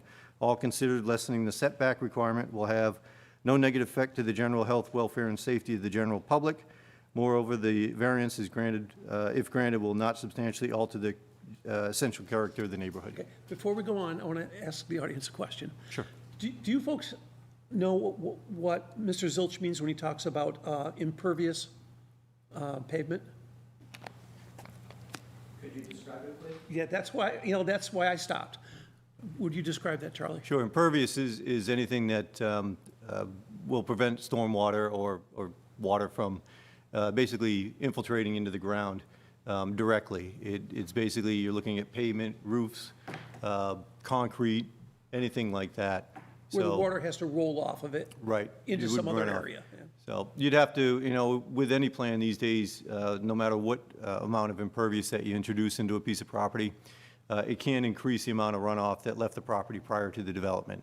So we'll have to capture pretty much every drop these days and make sure it's treated, that it's contained, and that it's released at no greater rate than what it was before. So, and we'll have those improvements. They're not on this plan yet. This is still the beginning of the design plan. Yep. Thanks. And the town engineer, he'll make sure of it, as well as the state of New Hampshire. They'll both be reviewing as well. And it'll be discussed at length with the planning board. It certainly will. Yeah. So you want to keep going with the criteria? Please. Sure. Sorry I stopped you, but I thought. No, not a problem. Get to technical terms, I'll let to stop and kind Okay. of. All right, so the spirit and intent of the ordinance is preserved because my response is that the intent of the ordinance is to ensure that the proposed units are properly spaced to allow for adequate fire protection. In our review of the fire chief, adequate fire suppression can be provided by installing fire suppression sprinklers with all of the units that were within the 50 feet of another. Additionally, a fire hydrant will be installed in the proposed right-of-way to provide a second source of fire suppression. In this particular case, the spirit and intent can be met with the additional levels of protection. The public interest and spirit of the ordinance prong are essentially the same, and the elements are satisfied if the applicant can demonstrate the essential character of the neighborhood will not be substantially altered. Number 3, there is substantial justice in granting the variance because this zone, MDR, has a 15-foot sideline setback requirement. That's the Town of Plaistow zoning ordinance 22032I. For structures in a conventional subdivision layout, when you consider that the PRD ordinance requires dwellings to be separated by 50 feet, but you could have 2 dwellings as close as 30 feet in a typical subdivision layout, then the reduced setback for cluster layout is reasonable. There is substantial justice in granting the variances, which allow the development to be constructed with the 30-foot setback where the benefit is not offset by any negative impact. Number 4, the values of surrounding properties will not be diminished because applying a planned residential development to the site is a by rights application of the ordinance with the variances previously granted. The request to reduce setbacks does not increase density, it merely makes for a better layout. Reduction of the setback allows for elimination of one of the triplex units while still maintaining the benefit of less overall impervious and greater open space. Again, this mix of homes is more attractive and marketable. In all, a less impacting layout that does not adversely affect health, welfare, and the safety to the general public does and will not diminish the values of surrounding properties. And number 5, little enforcement of the provisions of the ordinance would result in an unnecessary hardship. Denial would result in an unnecessary hardship if little enforcement of the provisions of the ordinance were applied, meaning requiring the greater setback would result in more impervious area, resulting in more stormwater runoff, and there would be less open space and more site disturbance. The developer is willing to invest the additional time and resources to install the fire suppression sprinkler system in all units affected by the closer layout, neither of which is considered in the ordinance. Any more questions or comments, folks?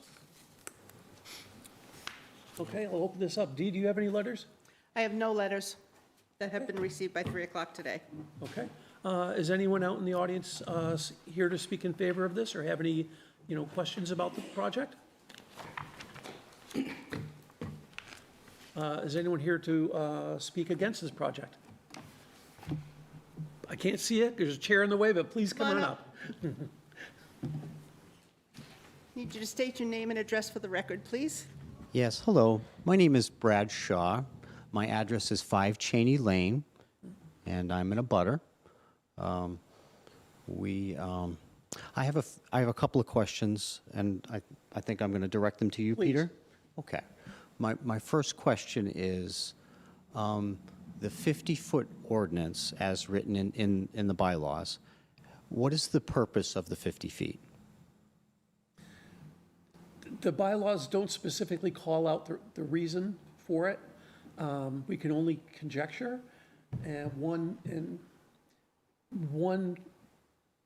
thing I could come up with is by keeping them 50 feet apart, there's a lower chance that a fire in one would spread to the next.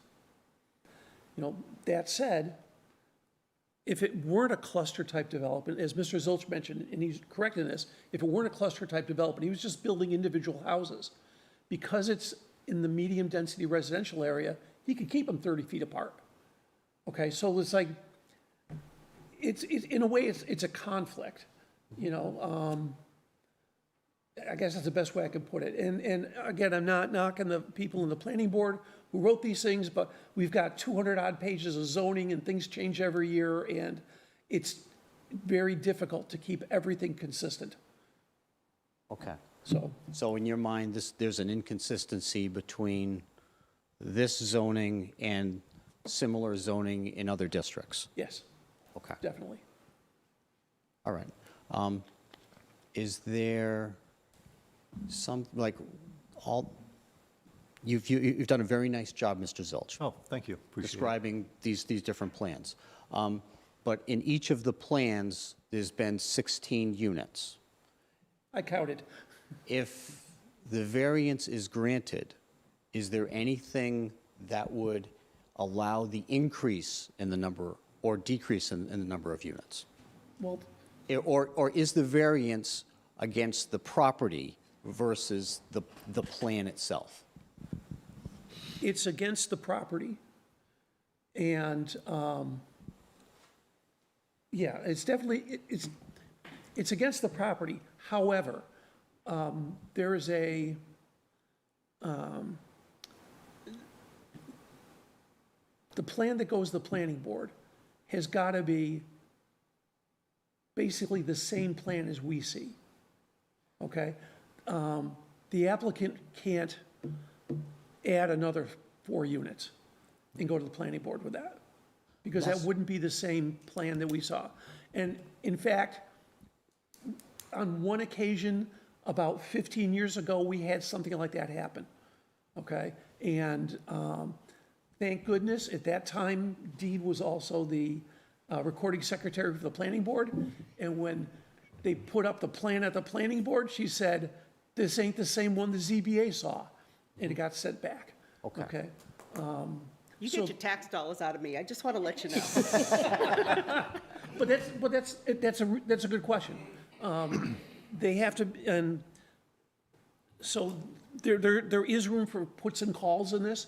As Mr. Zilch mentioned, they haven't invested in a full engineered set of plans yet. When they get done, so right now, we have one drawing. Okay, the other two were just to show how we got there. We have one drawing. At the end of the day, after they've invested another $100,000, I don't know, a lot of money, they're gonna have a set of 10 drawings that cover other aspects of this plan. Drainage, lighting, where shrubs go, details of the road that go in, profile of the road, profile of ditches, et cetera. And in making those, they may find that, oh, we need to move these two houses a foot this way or that way. Okay, so it may not be identical to 6 decimal places, but they're gonna be the same general locations, and it will be the same number of units. Yeah, that's my concern, is that, hey, we give the variance for 30 feet, and then, and I'm not saying that you're going to do this, but I'm just saying, is it possible for the developer to now come back and say, oh, since now we have 30 feet, we can shove in another 2 or 3 units? Want to guess where he has to file his planning board application? Well, but does he have to come back for another variance, is my question. He would submit his application to the planning board with her, and she Okay. will see the difference, and it will be flagged, and planning board wouldn't hear that. Okay. It wouldn't go forward. May I? Sure. Yeah, Unless the they came the in for another density variance. is, the density is the density. It's a soil-based calculation based on the entire property. And the total amount of units that you get, there's no chance to expand from that. There's no bonuses for additional open space. There's no bonuses for lower moderate income housing here. It's a straight, strict 16-unit density that this parcel can support. That's it. So Okay, you so can't you're go at the beyond that maximum. without us coming back here. Okay, Yep. so you are at the maximum within those ordinances? Yes. Yep. Okay, Good questions all. okay. I think you've answered my questions. Thank you for your time. Good. That's what we're here to do. Sure. Anyone else out there have a question or comment?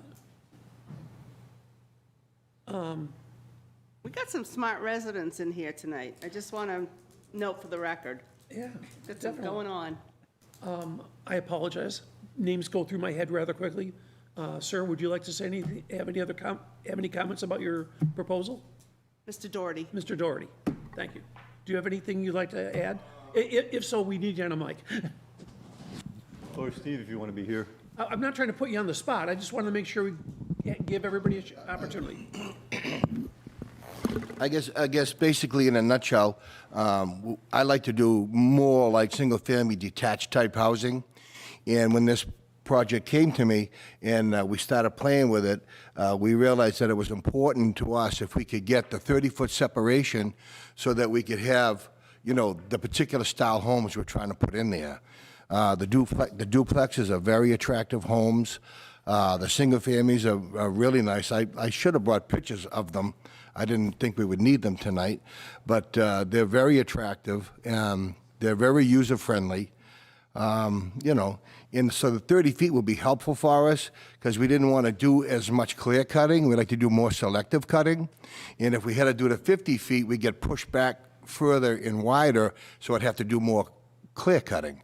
So I'm trying to keep it set up so that these little pockets, we're calling like a little pocket neighborhood. When you come down Stephen Savage Way, the units, that little pocket on the left, those will be a little cluster there. And as you come around the bend, the triplex and the single, there's another little pocket over there. And then as you go to the cul-de-sac, there'll be another pocket in there. So there'll be tree growth, which we're trying to save. And so getting the 30 feet, I thought would be important to us and the environment, and for the wetlands that actually runs right through the center of this. So we're hoping to get your support in support of the people in the future, because I think this is going to be really a nice little project. Okay, great. Thank you very much for your presentation. Anything else from the audience before I call this to a close? Anything else from the board? Nope. Okay, Mr. Zilch, do you have anything else? Just, I do not. Okay. Thank you very much for your consideration. yeah, no worries. Okay, then I call this hearing to a close, and we are open to deliberation. Would somebody be so kind as to make a motion? Make a motion I move to grant the request of the variance for Article 6, Section 2048G3, to allow the foundations to be less than the required 50, but no closer than 30 apart for the property referred to as Plaistow Road rear, tax map 41, lot 83, with the following conditions.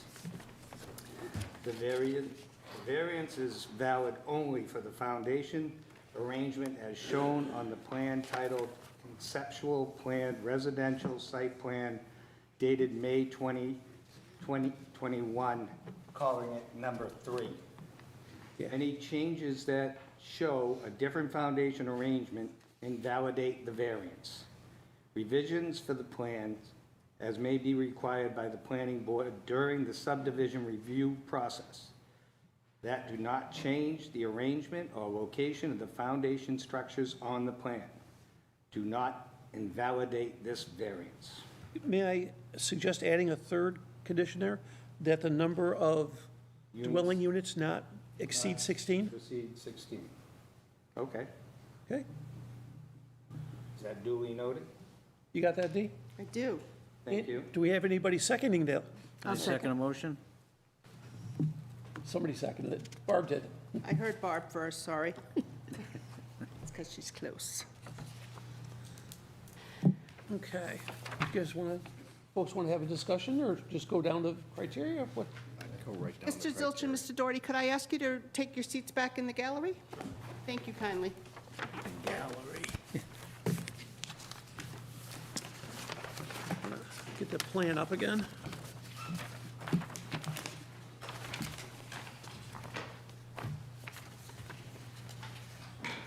And just for future reference, it drives me crazy when I have 3 different plans in front of me, all with the same drawing number.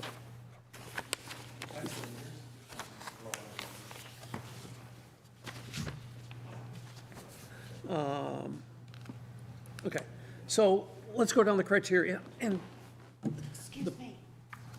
the proposed variance will not be contrary to the public interest. Well, it doesn't, given that in the MDR zone, that this is within anyhow, you could be within 30 feet, I don't see how this could be contrary to the public interest. And especially when putting him to 30 feet instead of 50 opens up the amount of permeable soils, increases, I mean, small amount, a couple percent, but still, it's, makes it easier to, makes it easier to get the water into the ground instead of running down more asphalt. Well, when you're on as much wetland as this is, the least amount of impervious is Better. better. Yeah. Spirit and intent of the ordinance is preserved. The spirit and intent is to make sure that there's elbow room, if you will, around, the intent is to have elbow room around dwellings. And by doing this in this cluster way, you end up with these like little communities surrounded by trees, which I think really, is to the point of, what the ordinance is looking for.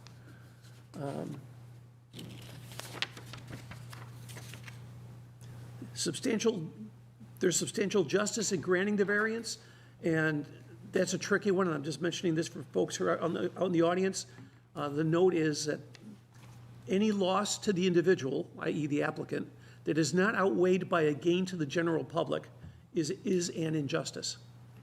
And, given the fact that they're not asking for more than the 16 units that they can do with a 50-foot difference, I'm not seeing anywhere where the town or abutters, or the town as a whole gains anything by saying no to this.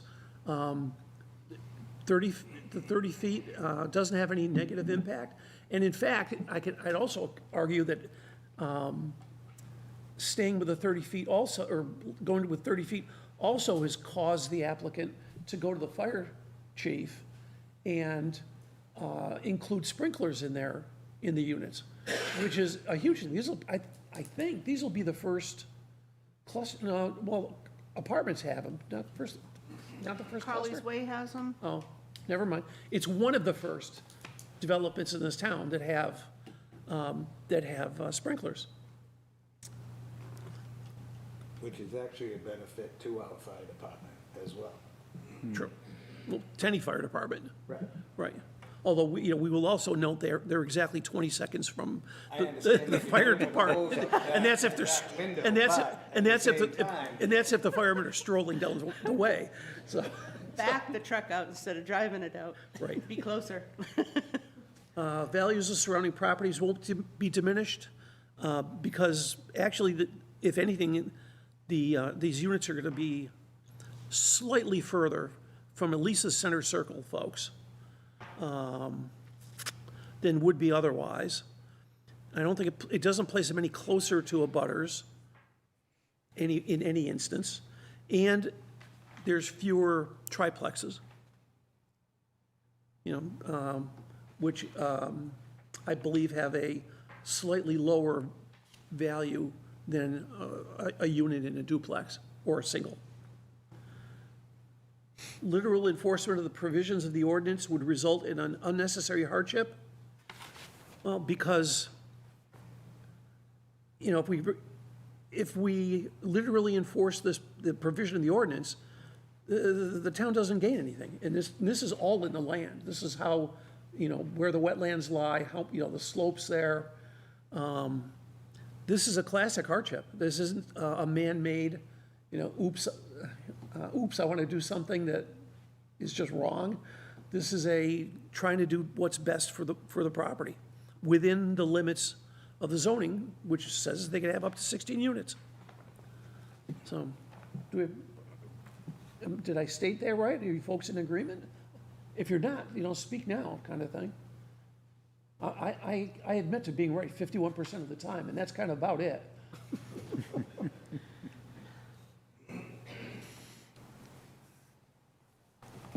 We ready to go to a vote? I am. Dee, call the roll, please. Dan Lloyd, Yep. John Blinn, Yes? Jonathan Gifford, Yes. Barb Burry, Yes. Peter Bealow. Yes. Your vote is 5-0-0. But I mentioned earlier, people have up to 30 days to appeal this decision if you believe we did it improperly or didn't follow the state laws properly. The builders will not be doing anything out there for 30 days. No building permits will be issued. And honestly, they have to go through the planning board process anyhow, which is going to take another few months. And you folks will all be, you'll all receive letters for planning board, where they're going to go over the nitty-gritty details of this whole plan. Okay? Any other, we're done with this hearing, but if you folks have any other questions about the process or how we did tonight, please feel free to ask. You're here now. Huh? You Okay. all want to sign up to be alternate now, don't you? Oh, they will all want to be alternates. But our planning board also can use alternates, by the way. Planning board can as well. Okay, we're going to keep the meeting going, so I'm going to ask the same thing, if we could have the quiet as you leave. Folks, we're still carrying on with the meeting, so if we could have a little quiet, thank you. Oh, yeah.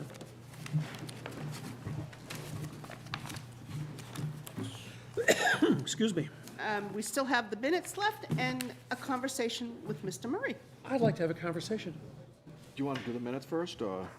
Want to get rid of the minutes? Yeah, Okay, fine. I'll make a motion to approve. Second. Anybody need to read them? I've already read them a couple times. I read them. Okay. Dee, call the roll. John Blinn, Yes? Jonathan Gifford, Yes. Barb Burry, Abstain? Peter Bealow, Yes. Dan Lloyd. Yes. Your vote is 401. Thank you. Okay. Mr. Murray? Yes. Would you care to come up?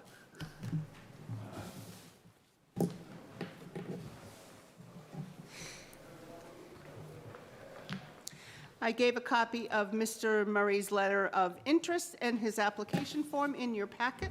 You did? You did? Yeah, I saw It was in the folders that were sitting on your table as you came today. So Tedesco. Yes. See, I didn't go. Sneaking I didn't one go by. below that. There he is. Unbelievable. Got to keep you guessing. But it was also emailed to you Yeah. in your packet. Yep. Was? Yeah, it was. I gotta start opening those packets. reading those, huh? You're killing me. So, Mr. Murray, Yes, sir. are you related to the rock minister, Steve, Steve Murray? If it is, it's hundreds of years ago. You know what I mean, right? Yeah. All right, just curious. So you've had a chance to see us. Yes. And I've Twice, watched yeah. you on TV and Zoom, too. Oh, we got one viewer. The ratings. So you've done surveying and civil engineering. That's cool. Yes. Mr. Unger's done that in his past as well. One thing you don't mention in your letter is, Being my neighbor. well, two things then. You're his neighbor. Okay. I knew you looked familiar when you walked in. And Michael's already been, showing his civic, mindedness in volunteering this year for AARP Tax Aid, doing free tax returns, for the elderly and others who need help in getting that stuff done. And frankly, that's where I met him. Okay, this is the second year I've done that, gig myself. Nice. So, and I'll tell you, he's more detailed than I am going over taxes. But you also have more experience doing that kind of gig. So one of the things, one of the good things about the ZBA, I think it's a great thing about the ZBA, is that generally we're one and done. We hold a meeting, we hold a hearing, we make a decision, we go home. Tonight was a little different in one case because we really thought input from elsewhere was significant. But it's good that you come in, you do your bit, and you go home and it's done. Planning board and other boards, selectmen, things drag on forever. Sometimes we're still working on trash contracts, I mean, not saying you're slowing it down, John. I mean, you're doing what you can, but, those things are a process. And the planning board is a process that can go 6 months. So it's less sense of immediate accomplishment, I'd say, on those things. As an alternate, we'd expect you to take some training. These days, a lot of it's Zoom-based, and actually, there's really not much available. There's a couple seminars a year. there are some webinars on New Hampshire Municipal Association website that I can get you copies of for things like right to know and roles and responsibilities. Those kind of things, I can provide you with those, so it gets your feet under you, get Right. started. But the core ZBA stuff. For ZBA stuff, we will give you a copy of the Office of Strategic Initiatives Handbook. That has a lot of information in it, and as soon as training becomes available, we'll let you know so that we can get you to a physical training, whether it's Zoom or in person. Okay. And there will be a quiz. Oh, boy. So you're still interested in this thing? Yeah, well, I guess you first approached me and asking me about it, and what was that, back in end of February, early March? And, Yeah, I think so. Yeah, and I've been paying attention to what's been going on and watching it, so I'm still here. I still Okay. put in the application. Okay, that's cool. Does anybody have any questions or for Mr. Murray? No, I'm all set. No, you solicited him, right? Well, I mentioned it to him. You know, but the board, we as a board have to decide if we want to ask the selectmen to consider this. No, I understand that. It's not as the gentleman's walking in with a considerable land mass here in town and is looking to, you know, have an No opportunity. agenda, it was an Right, there's invitation no to apply. ulterior Yeah. agenda. I'm with you. Right? Right. That's what I was going. Right, you're not a major property holder here. No. I own .92 acres and a house on it. And it's pretty much fully developed all around you. Yes. And he'd have to recuse himself if he needed a variance, so. Yeah. Yeah. So somebody make a motion here? I make a motion, we move Rec- forward.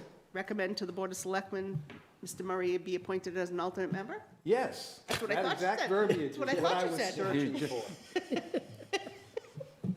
God, I love this board. Somebody have a second? I'll second. Oh, yeah, there you Oh, go. I heard Barb. There you go. I There was you go. sleeping. Okay, let's call the roll. Jonathan Gifford? Yay. Barb Burry? Yes. Peter Belo? Sure. Dan Lloyd? Yep. John Blinn? Yes. We will, from here going forward, Mr. Murray, I will compose a letter that'll go to the Board of Selectmen. They may or may not ask you to come in for a meet and greet with them. They will take action on your application, and then you'll just have to come in and be sworn in by the town clerk. Okay. Thank you. Okay? And it may, your next meeting's Monday? No, canceled. Oh, the 12th. They may not get to it the first meeting, it may take a couple meetings, it's just, depends on what kind of issues are coming up in the town, so. Perfect, Very good. okay. Well, thank you very much. Thank you. Thank you. Is your wife taping this? I'm sorry? Is your wife taping this? You on TV? No? No. I didn't realize I was actually going to be on TV. I thought I'd just be over on the side. And I pay the camera guy not to put me on the TV. And we pay him to do it. No, no. No, I know for a fact, when I have to read this thing, he's focused on me. Okay, cool. Okay, we're done with this. You have anything else? No? Did you before- have something you were looking for before they closed the meeting out? Oh, okay. Okay, I was gonna ask, is, Wait, are you a prospect? Okay.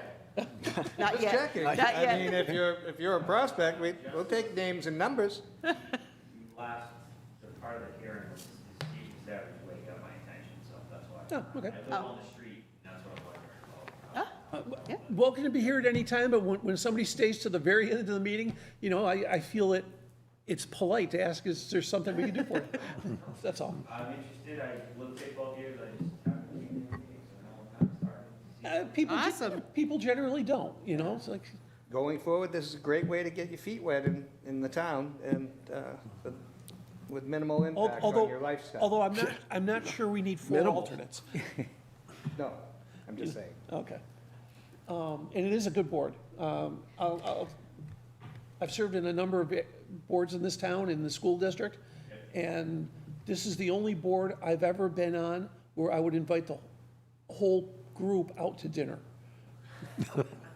I'd like to see that. And pay. Yeah, I'd like to see that, and I'd like to see I that. think he's going to do it, but. I don't own a major business in town. I can't do that. Okay, then with that, we're closing the meeting. I have the time to be 8:34. Excellent. Perfectamundo.